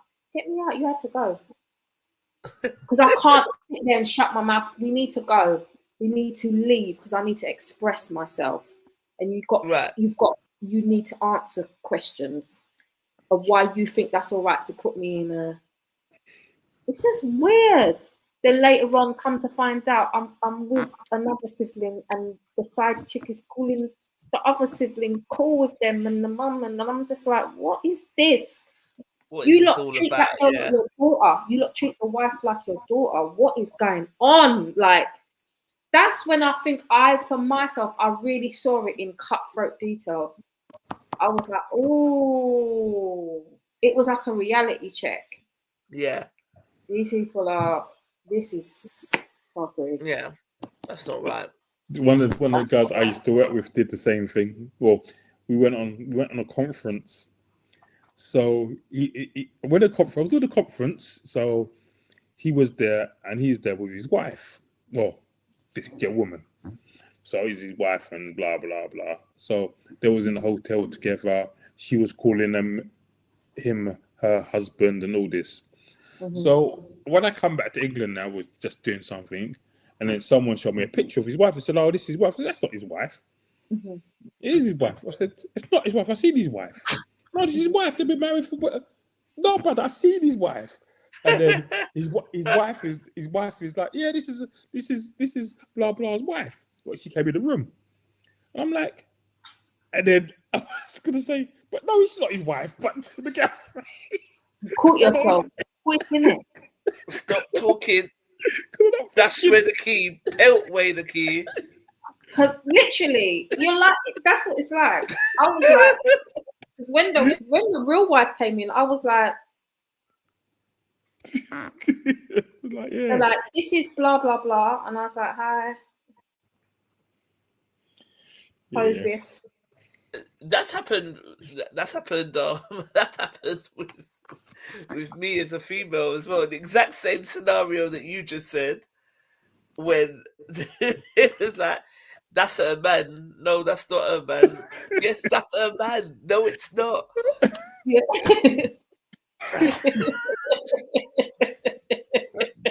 It's complicated and shit, but oh dear.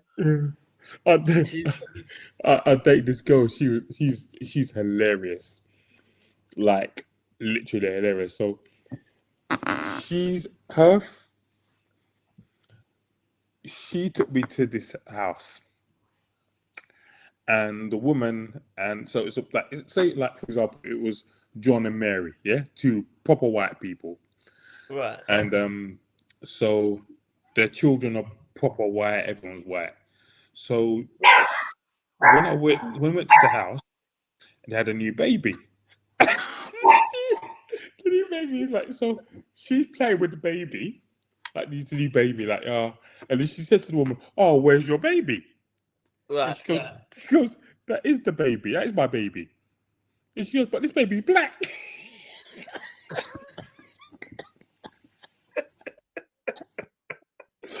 her friends in the house, her other friends in the house, Right. looking at her dirtily, and she goes, "No, so, but no, I don't understand." And the friend like punched her like in the shoulder like this, like, "Shut up! No one talks about it." The baby's name is like Zephaniah or something. The other children are named like Robert. Not Zephaniah. Or something like that. So I'm in the house thinking, what the hell's going on? Right. So we come out the house now. So I'm like to her, like, did you? She goes, literally, Gary. Oh, you're bouncing the baby. When you said to the woman, "Where's the baby?" And she said, "That is my baby." Why did you say, "But this baby's black"?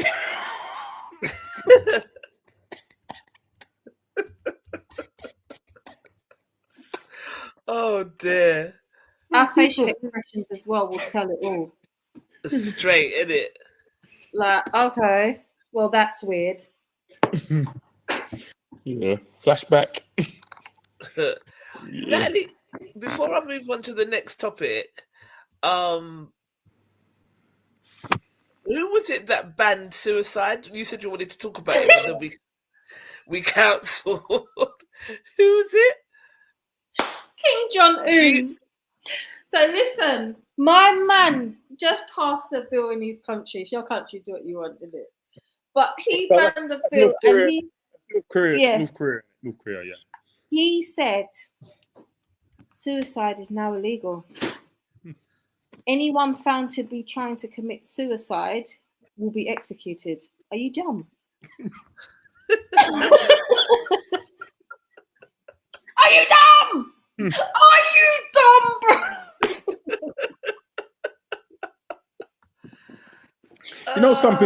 Some people try to commit suicide but don't really want to die, innit?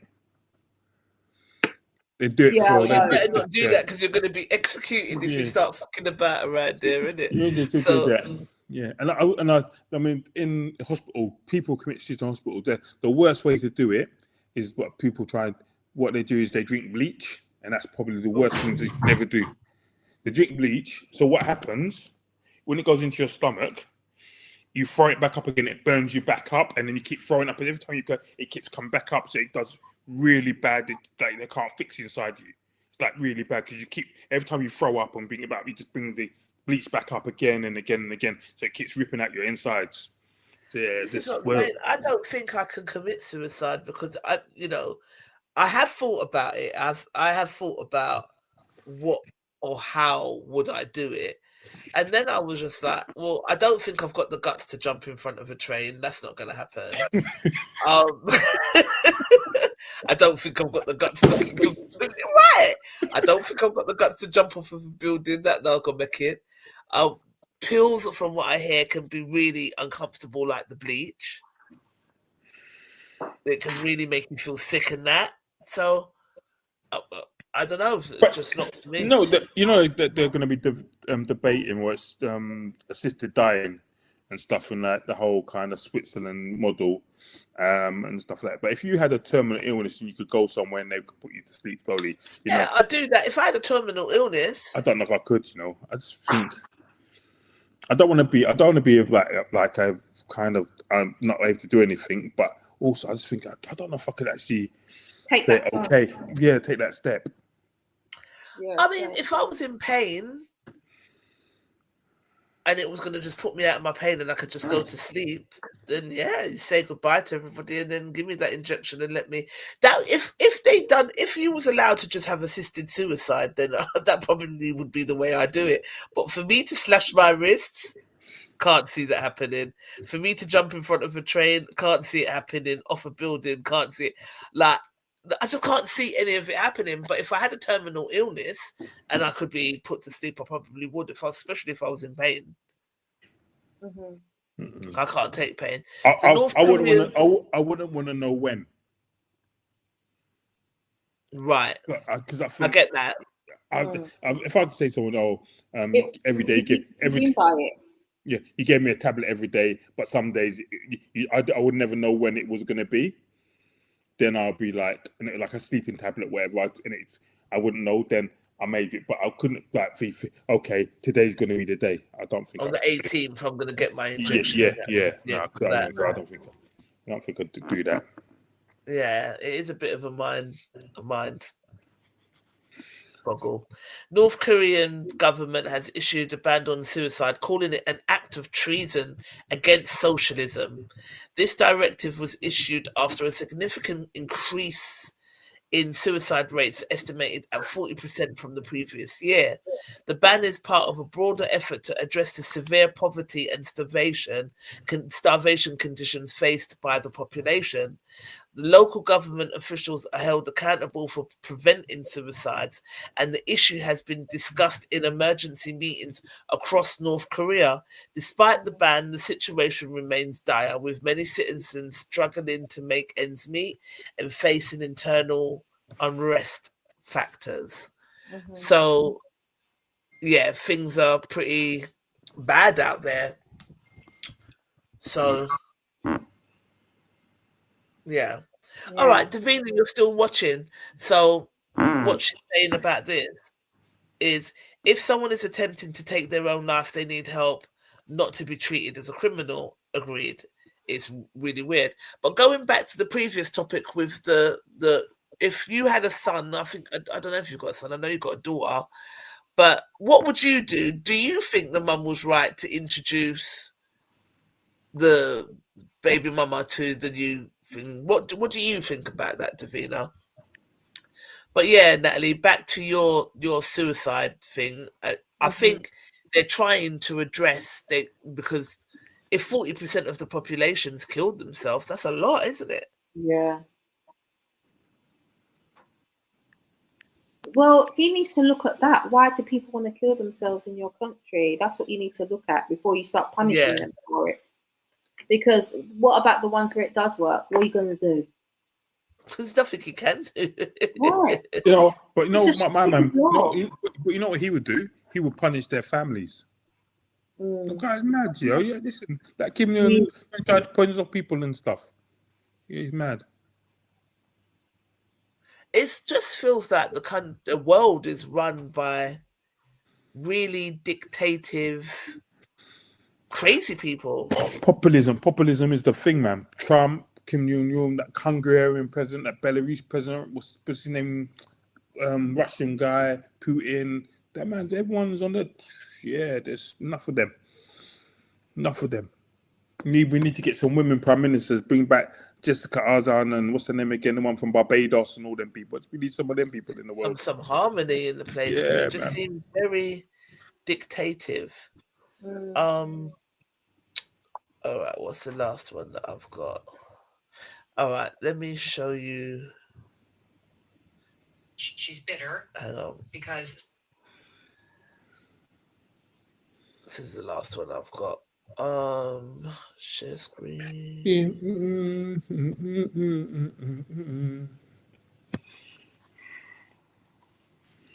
Hang on, what is this even doing? Entire screen. I want my WhatsApp to. WhatsApp. I want my WhatsApp to show, but it's not. Window. Oh, here we go. Yeah, share.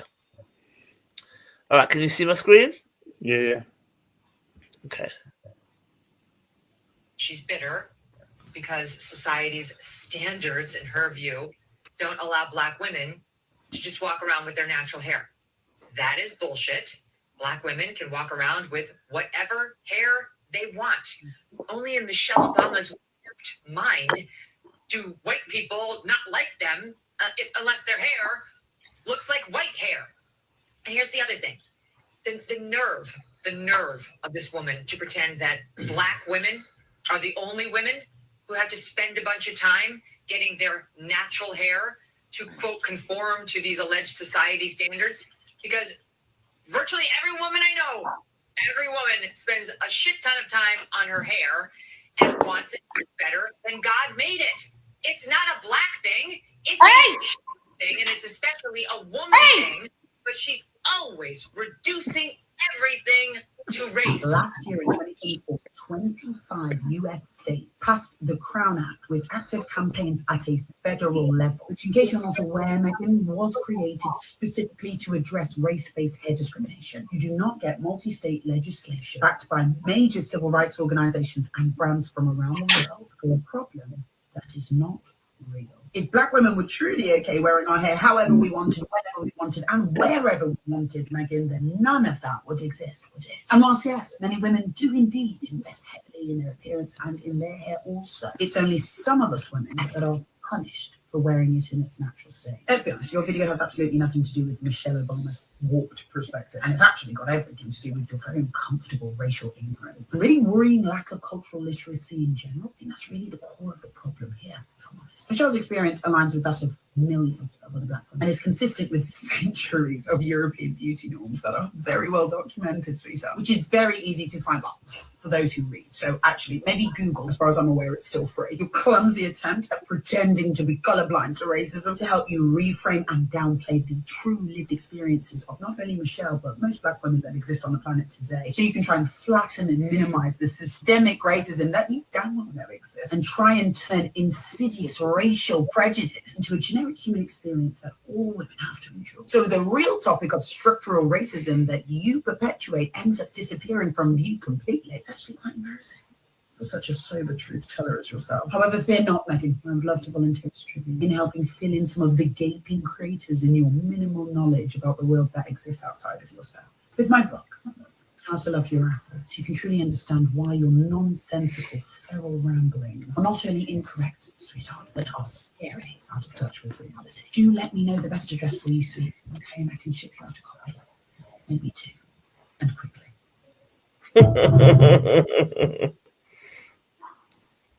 So, Nat, did you know that only in 2024, I think someone said, I think Renee said in 2024, no, that was about Black people still not being called objects because that we were called objects in slavery, and it's still very much being described. I can't believe you've got a dog in the house, but anywho, we're still very much described as objects.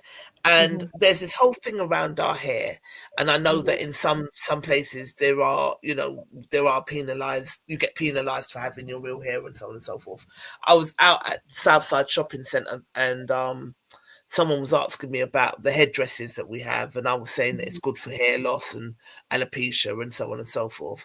And this white man said to me, yeah, but most of you black women, you wear wigs anyway, so what difference does it make? And I was really offended, obviously, by his comment. And I basically was breaking it down that there's so much politics around our hair, and in some places it's like at work they don't want you to wear your natural hair because it doesn't fit in with corporate guidelines and so on and so forth. That still very much exists. What do you think about what this white woman had to say? Do you think that, because it's how I started the conversation with you guys, and it's possibly how I'm gonna end it, but do you think that more of us are kind of waking up and speaking out, and that's what's causing everyone to freak out? Like the ops to freak out?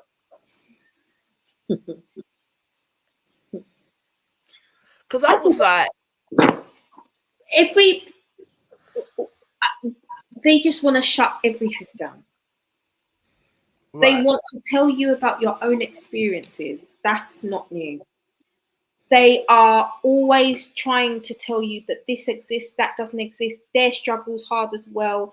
They want us to just put up and shut up, to get on with it. We stop playing the victim, and to, anything they have to insert themselves in absolutely everything that does not concern you.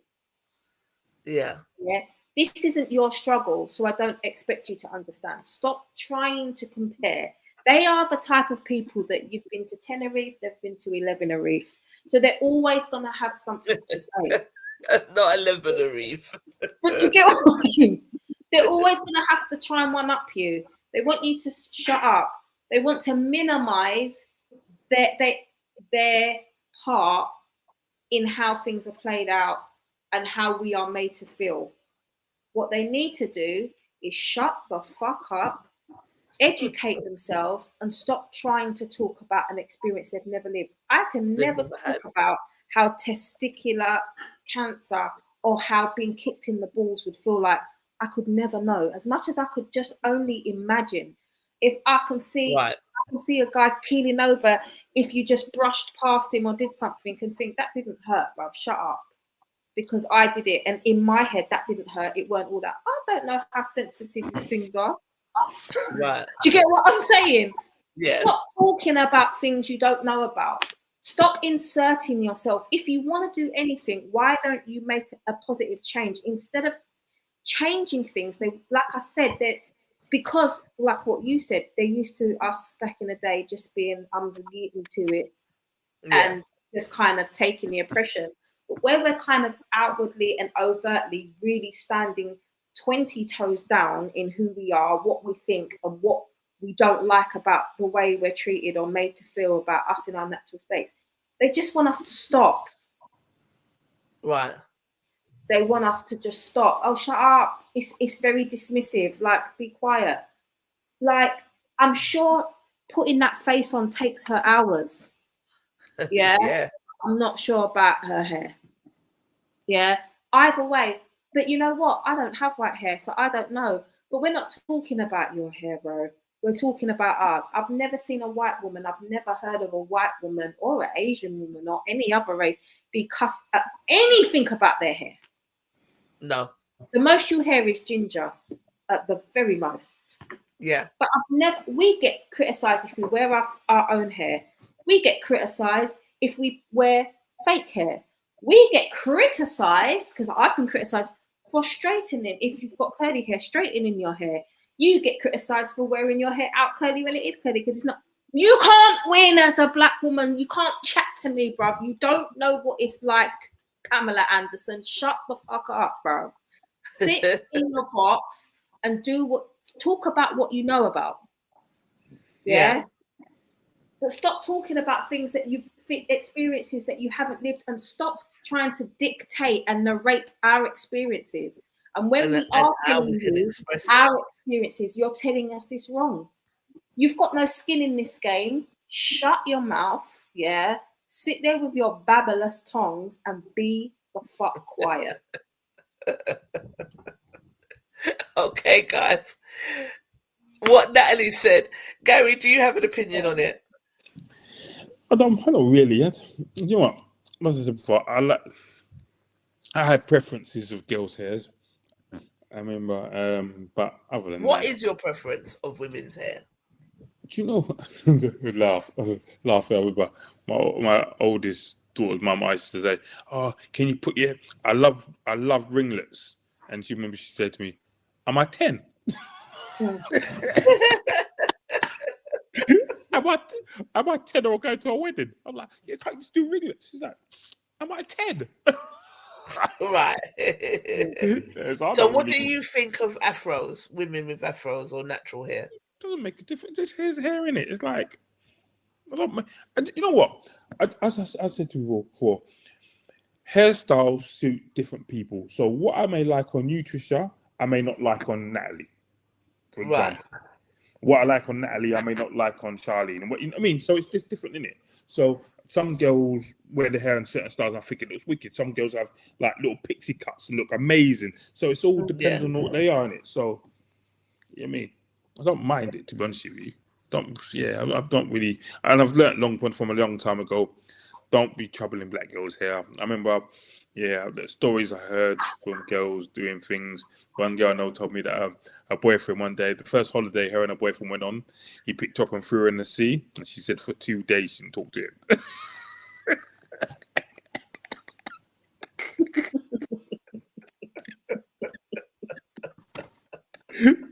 Their first holiday, she said 2 days later, they talk. For a whole 2 days. She refused to talk to him. He was vexed because he messed up her hair. There's a lot of work goes into the hair as well. Do you know what I mean? So I just laughed. pick me up and throw me in the sea. But I'm noticing a lot of it just feels like a lot of animosity towards, I think, because there's more of us talking about our natural states and about our hair and about how we're treated and so on and so forth. It is definitely, it's like we're an irritant. It's very interesting, the kind of attitude, and like it's like, shut up, not everything is about race. It's that kind of thing. And I guess not everything is, but it is when you're black though, unfortunately.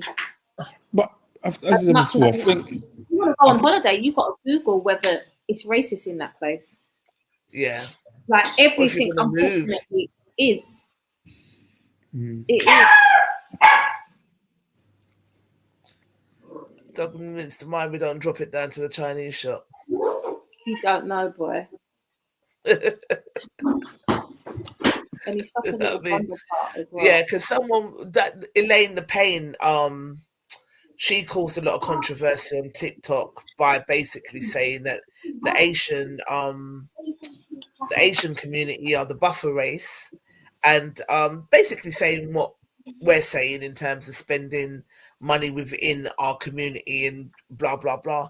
She got a lot of hate for it, and then you know, and by a lot of black creators as well. A lot.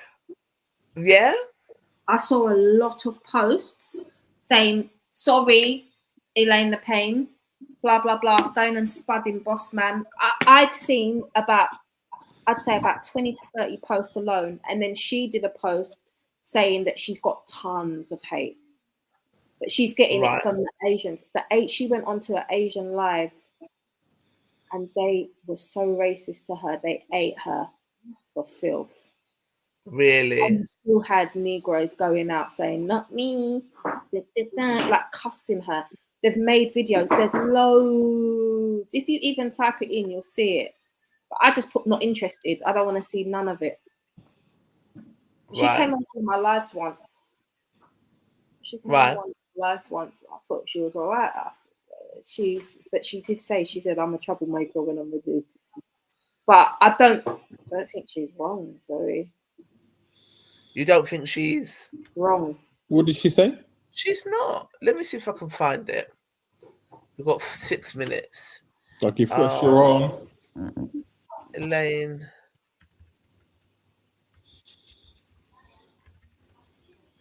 The disrespect from them is real, and from how they were cussing her out when she went on their live. How anyone can back it after that, I don't even know. I don't get it. I can't find the episodes. I'm not going to find it in 6.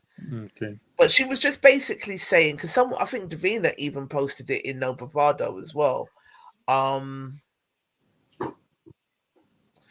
see if I can find it. Or Natalie, if you can find something, WhatsApp it to me and then I can play it. Davina says, as I stated in my caption, I'm not an enabler. Yes, I would have grasped his ass out too. As for introducing her to someone, I'm not sure I would or wouldn't. But I don't make Mama wrong. I assume she was thinking about having a good role model for her grandchild, and she knows her son and probably knows that ain't him. Absolutely. Davina, if you're still in the chat, what did Elaine the Pain say again? Let me see if I can find it. But she was just basically saying that we need to, just basically what we're saying, same sort of thing. And that, you know, there's a classism sort of issue in Britain. And that we came in as Windrush and they came in after us, but they're deemed as a higher class. They're like the buffer class. But you got to remember that they came in differently, didn't they? They came in as refugees from places like Kenya and Uganda and places like that, and already and came with us and were treated better because they were kind of the whole. This is they were like England was not the motherland. So when Idi Amin had them all come running out of those countries and fly over to here to be for protection, so they got protected in a different way, and the British government brought them over here with money and gave them things, and the whole thing happened back then, didn't it? So it was slightly differently. It was slightly different how they came. We was invited over here to work. They were invited over here to be saved. Okay, that's interesting. So, okay. I definitely think they're ahead of us in terms of economics as a community. Yeah, standards. Yeah.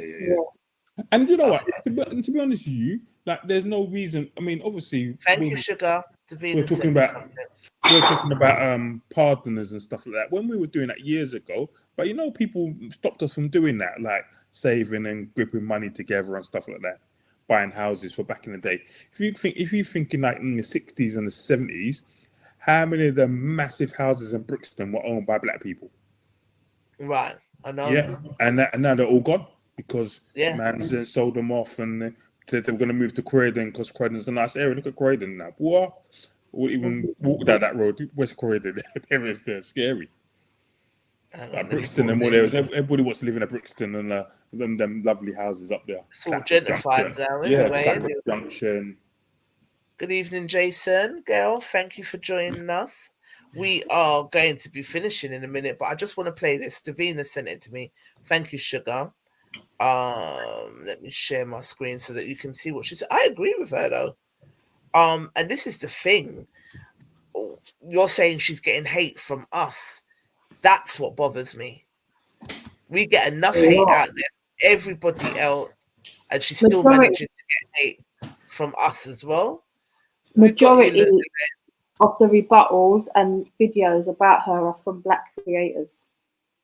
It's like a trend of going and spudding their boss man and taking a video of their boss man in a sweet shop saying, "Not me, bruv," and all of that kind of thing. Really? Okay. Let me clear something up for you real quick, because apparently history is now seen as racism when you call it out loud. What I said about the South Asian community is absolutely true. You were the buffer class. And just because you don't like what I said, it doesn't make it hateful. So let me re-jog your memory since you have a hard time connecting the dots. After World War II, Britain was broke and they called on the Commonwealth countries to help. The Windrush generation, mostly Caribbeans, answered the call first. They rebuilt this country, worked in hospitals, drove the buses, taught the kids, and kept the economy moving. And what did they get in return? No blacks, no dogs, no Irish. They were met with hostility, racism, and rejection, to be exact. So a few years later, Britain opened up its doors again, this time to the South Asians, and they invited India, Pakistan, and Bangladeshi countries to come to Britain. And yes, they faced discrimination, but here's where it gets real. Because Britain treated South Asians very differently. So when the South Asians got here, white society decided that you could buy properties, that you could trade, and that you could run the corner shops. They saw your community as malleable and compliant, not equal, but useful economically. And that is how you were described as the buffer class between white people and black people. It's kind of like a middle layer between black exclusion and white dominance. That is where you sit. That's not me hating. That's how the system designed it to be. And this is what I kept saying. It's socially engineered for you guys to be in the position that you are today in this country. It's the same tactics that they use in all of our countries like Africa, the Caribbean, and Indian. If you divide all of the groups and oppress them and let them fight amongst each other, they will never unite and challenge the system. Now, fast forward to today, and the South Asian communities has built generational wealth. That's through pooling resources, that's through discipline and unity. And as I said in my last video, it's very commendable. But it's also true that the system made ways for your community that it didn't for black people. Banks would lend to you before us, landlords would sell to you before us, and employers would hire you before us. So when I point out that your community can be very insular, right, doing business within itself and struggling with inclusivity, that is not me being racist. That is me observing the very real reality and what goes on in your community. There's also been a lot of South Asians that have come to me and confirmed this.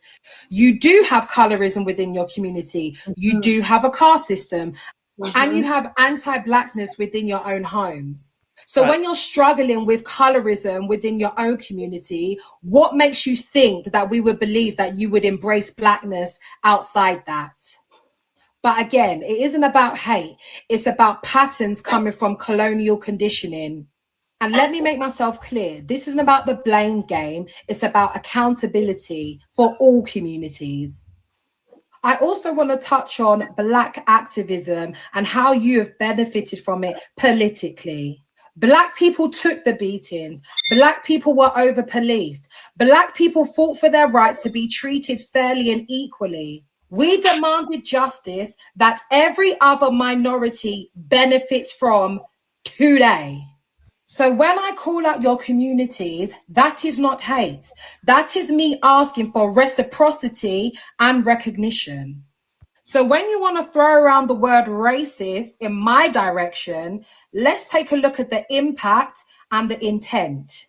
My intent is truth. My impact makes people feel uncomfortable, as it should. Because the system wants black and brown people to be divided, but we don't feed into that system as much as you do, unfortunately. And if telling the truth makes me a villain, so be it.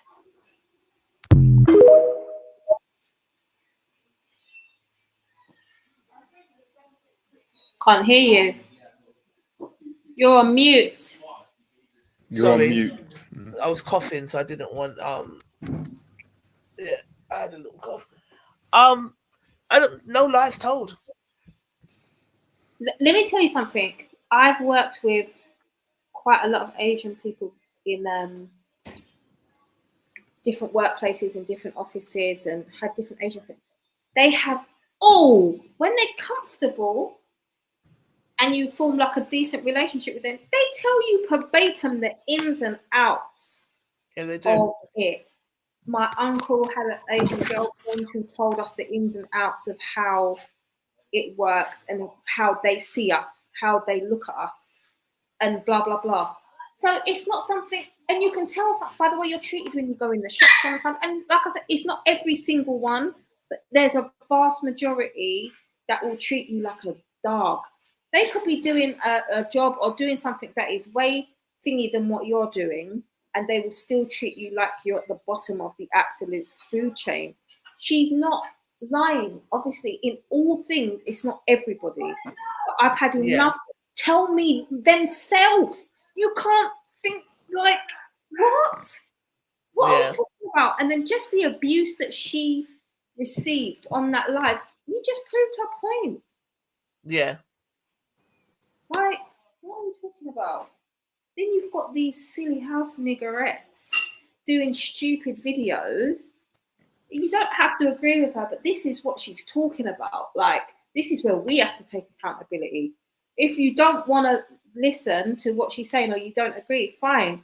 But why have you got to outwardly oppose her to people who don't like you, bro? Right, exactly. And this is where we go wrong. We've got enough people out there that are hating on us, and then we hate within ourselves as well. Rosemary says, totally agree with the lady on the video, and she gets so much bashing because she speaks the truth. It's true. Yeah, truth tellers do. They get a lot. Fake people get by on Earth a lot better. Yeah, a lot. A lot better. You'll always receive hate when you speak the truth, says Davinia. So keep speaking your truth, Elaine the Pain. I hope you see this. We're going to put it on TikTok as well. We hope you see it. Gary, any thoughts on what she said? I hear her.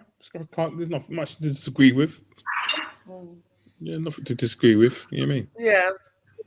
I mean, going back to what I was telling you about the awards going to 8 white men, the women on the course want to write a complaint, and some want to make it a strong complaint, but some want to make it where it's like, well, let's try and turn it into a situation where we don't go in too hard and we ask for, we point out the mistake that they made, but we ask for it to be looked at again, or for us to go to be introduced to people like JP Morgan or whatever the case may be, that they work with. There's different organizations that they work with, and we might still be able to get something out of it rather than going down the complaint route because they know what they've done.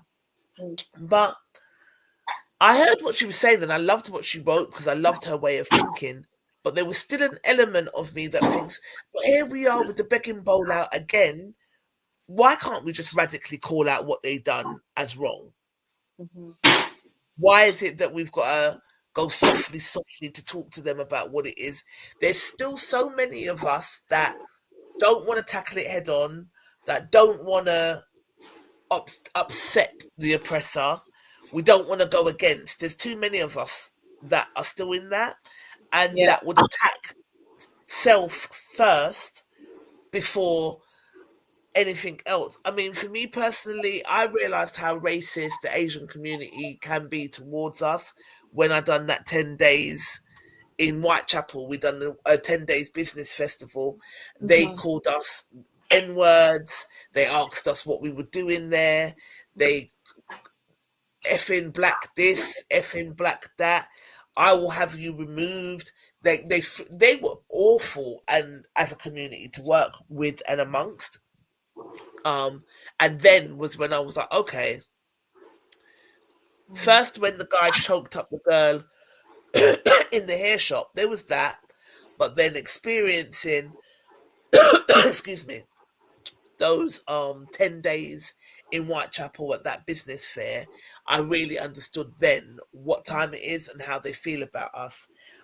Every community has got each other. We are the only ones that attack and that want to, you know, I mean, I was listening to what's his name, Bouncer, and he spoke about it, and he said, to be fair, all of the people who have chopped me down have been black, but all of the people that have helped me or given me a ladder have been Asian or white. So you say one thing, but then you have to say another because Absolutely. it's the same Asians and the same whites. Sometimes I've said the same thing. Some of my biggest allies are white. Polly, Stephanie, I can name a few that are white people that are rooting for me. Yeah. And some of my biggest enemies that want to tear me down because I've prepared to step up one little step are black. So until we address that issue within ourselves, we're going to always have cracks that other people can just infiltrate. We've got to fix up. And even if we don't agree with what she's saying or everything that she's saying, we can't be publicly tearing her down to side with other people against her. It's wild. But we got a lot of work to do, black people. We really do. Yeah. So here's to hoping we get it done. Yeah.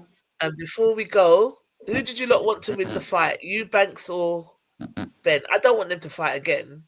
Don't fight again. Chris Eubanks is shot now. He got bad. But what's them again? I just wasn't interested in the fight. I didn't even watch it. Yeah. Didn't watch it. Don't. You know, when I was younger, I used to love boxing. Yeah, but now I just can't bother to watch. I've got no interest in it. I don't like people bashing out each other's brains. I'm not a fan. But the first fight I found really entertaining. The lead up to it I found entertaining. I didn't watch the fight, but I found the lead up to it. You know, I like the passer. So when he slapped the egg and it was is Eubanks gonna turn up? There was a drama around it. But he come and let him beat him up like that. Connor battered him apparently. You did. Did you see Chris came out with 50? Yeah, but then you got beat. You know. If you had won, that would have been legendary, but then you got beat up. I kind of wanted Eubanks. I like the eccentricity. I think that's the word. I like the eccentricity of both him and his dad. I think they're both feisty, and I think they're both weird. And I like it. His dad gets on my last nerve. I like him, but he gets on my last nerve. I like him. It's when he rocks out into fake rubbish. When he rocks out it's into so the random. It's so random. Yeah, it's so random. It doesn't sound good. It doesn't What? sound proper. Boy, no bother me in a boy, and it just busts out into this patois. It freaking kills me. But it's the not first good though. fight. It's not even good patois. It's some fake English sounding patois. That thing. It's just rubbish. He does it well though, considering how on the other side his real accent is. When he does bust into it, I always think, oh, what are you going on with? Yeah. Oh dear. All right, lovies. We're 12 minutes over. I'm gonna run to the Davina said the same. I'm the same as you, Gary. Back in the day, I loved boxing. I can't even tell you the last time I watched a match. I think it was back in the 90s, probably when Tyson was carrying the swing. Not Tyson. I remember watching what fight do I remember? Some of the good fights. I used to love Marvelous Marvin Hagler, and I was quite. I don't know, like maybe I was very kind of. I grew up in a white area, kind of hanging out with white guys. I can remember my first real kind of racism type thing is when Alan Minter said on TV, "No black man's taking my title," and Hagler battered him. When I mean battered him, like could have knocked him out, but didn't knock him out, but kept on fighting him and kept him like. And when he broke him up. Moved away from him, broke him up some more, moved away. His face was pissed off.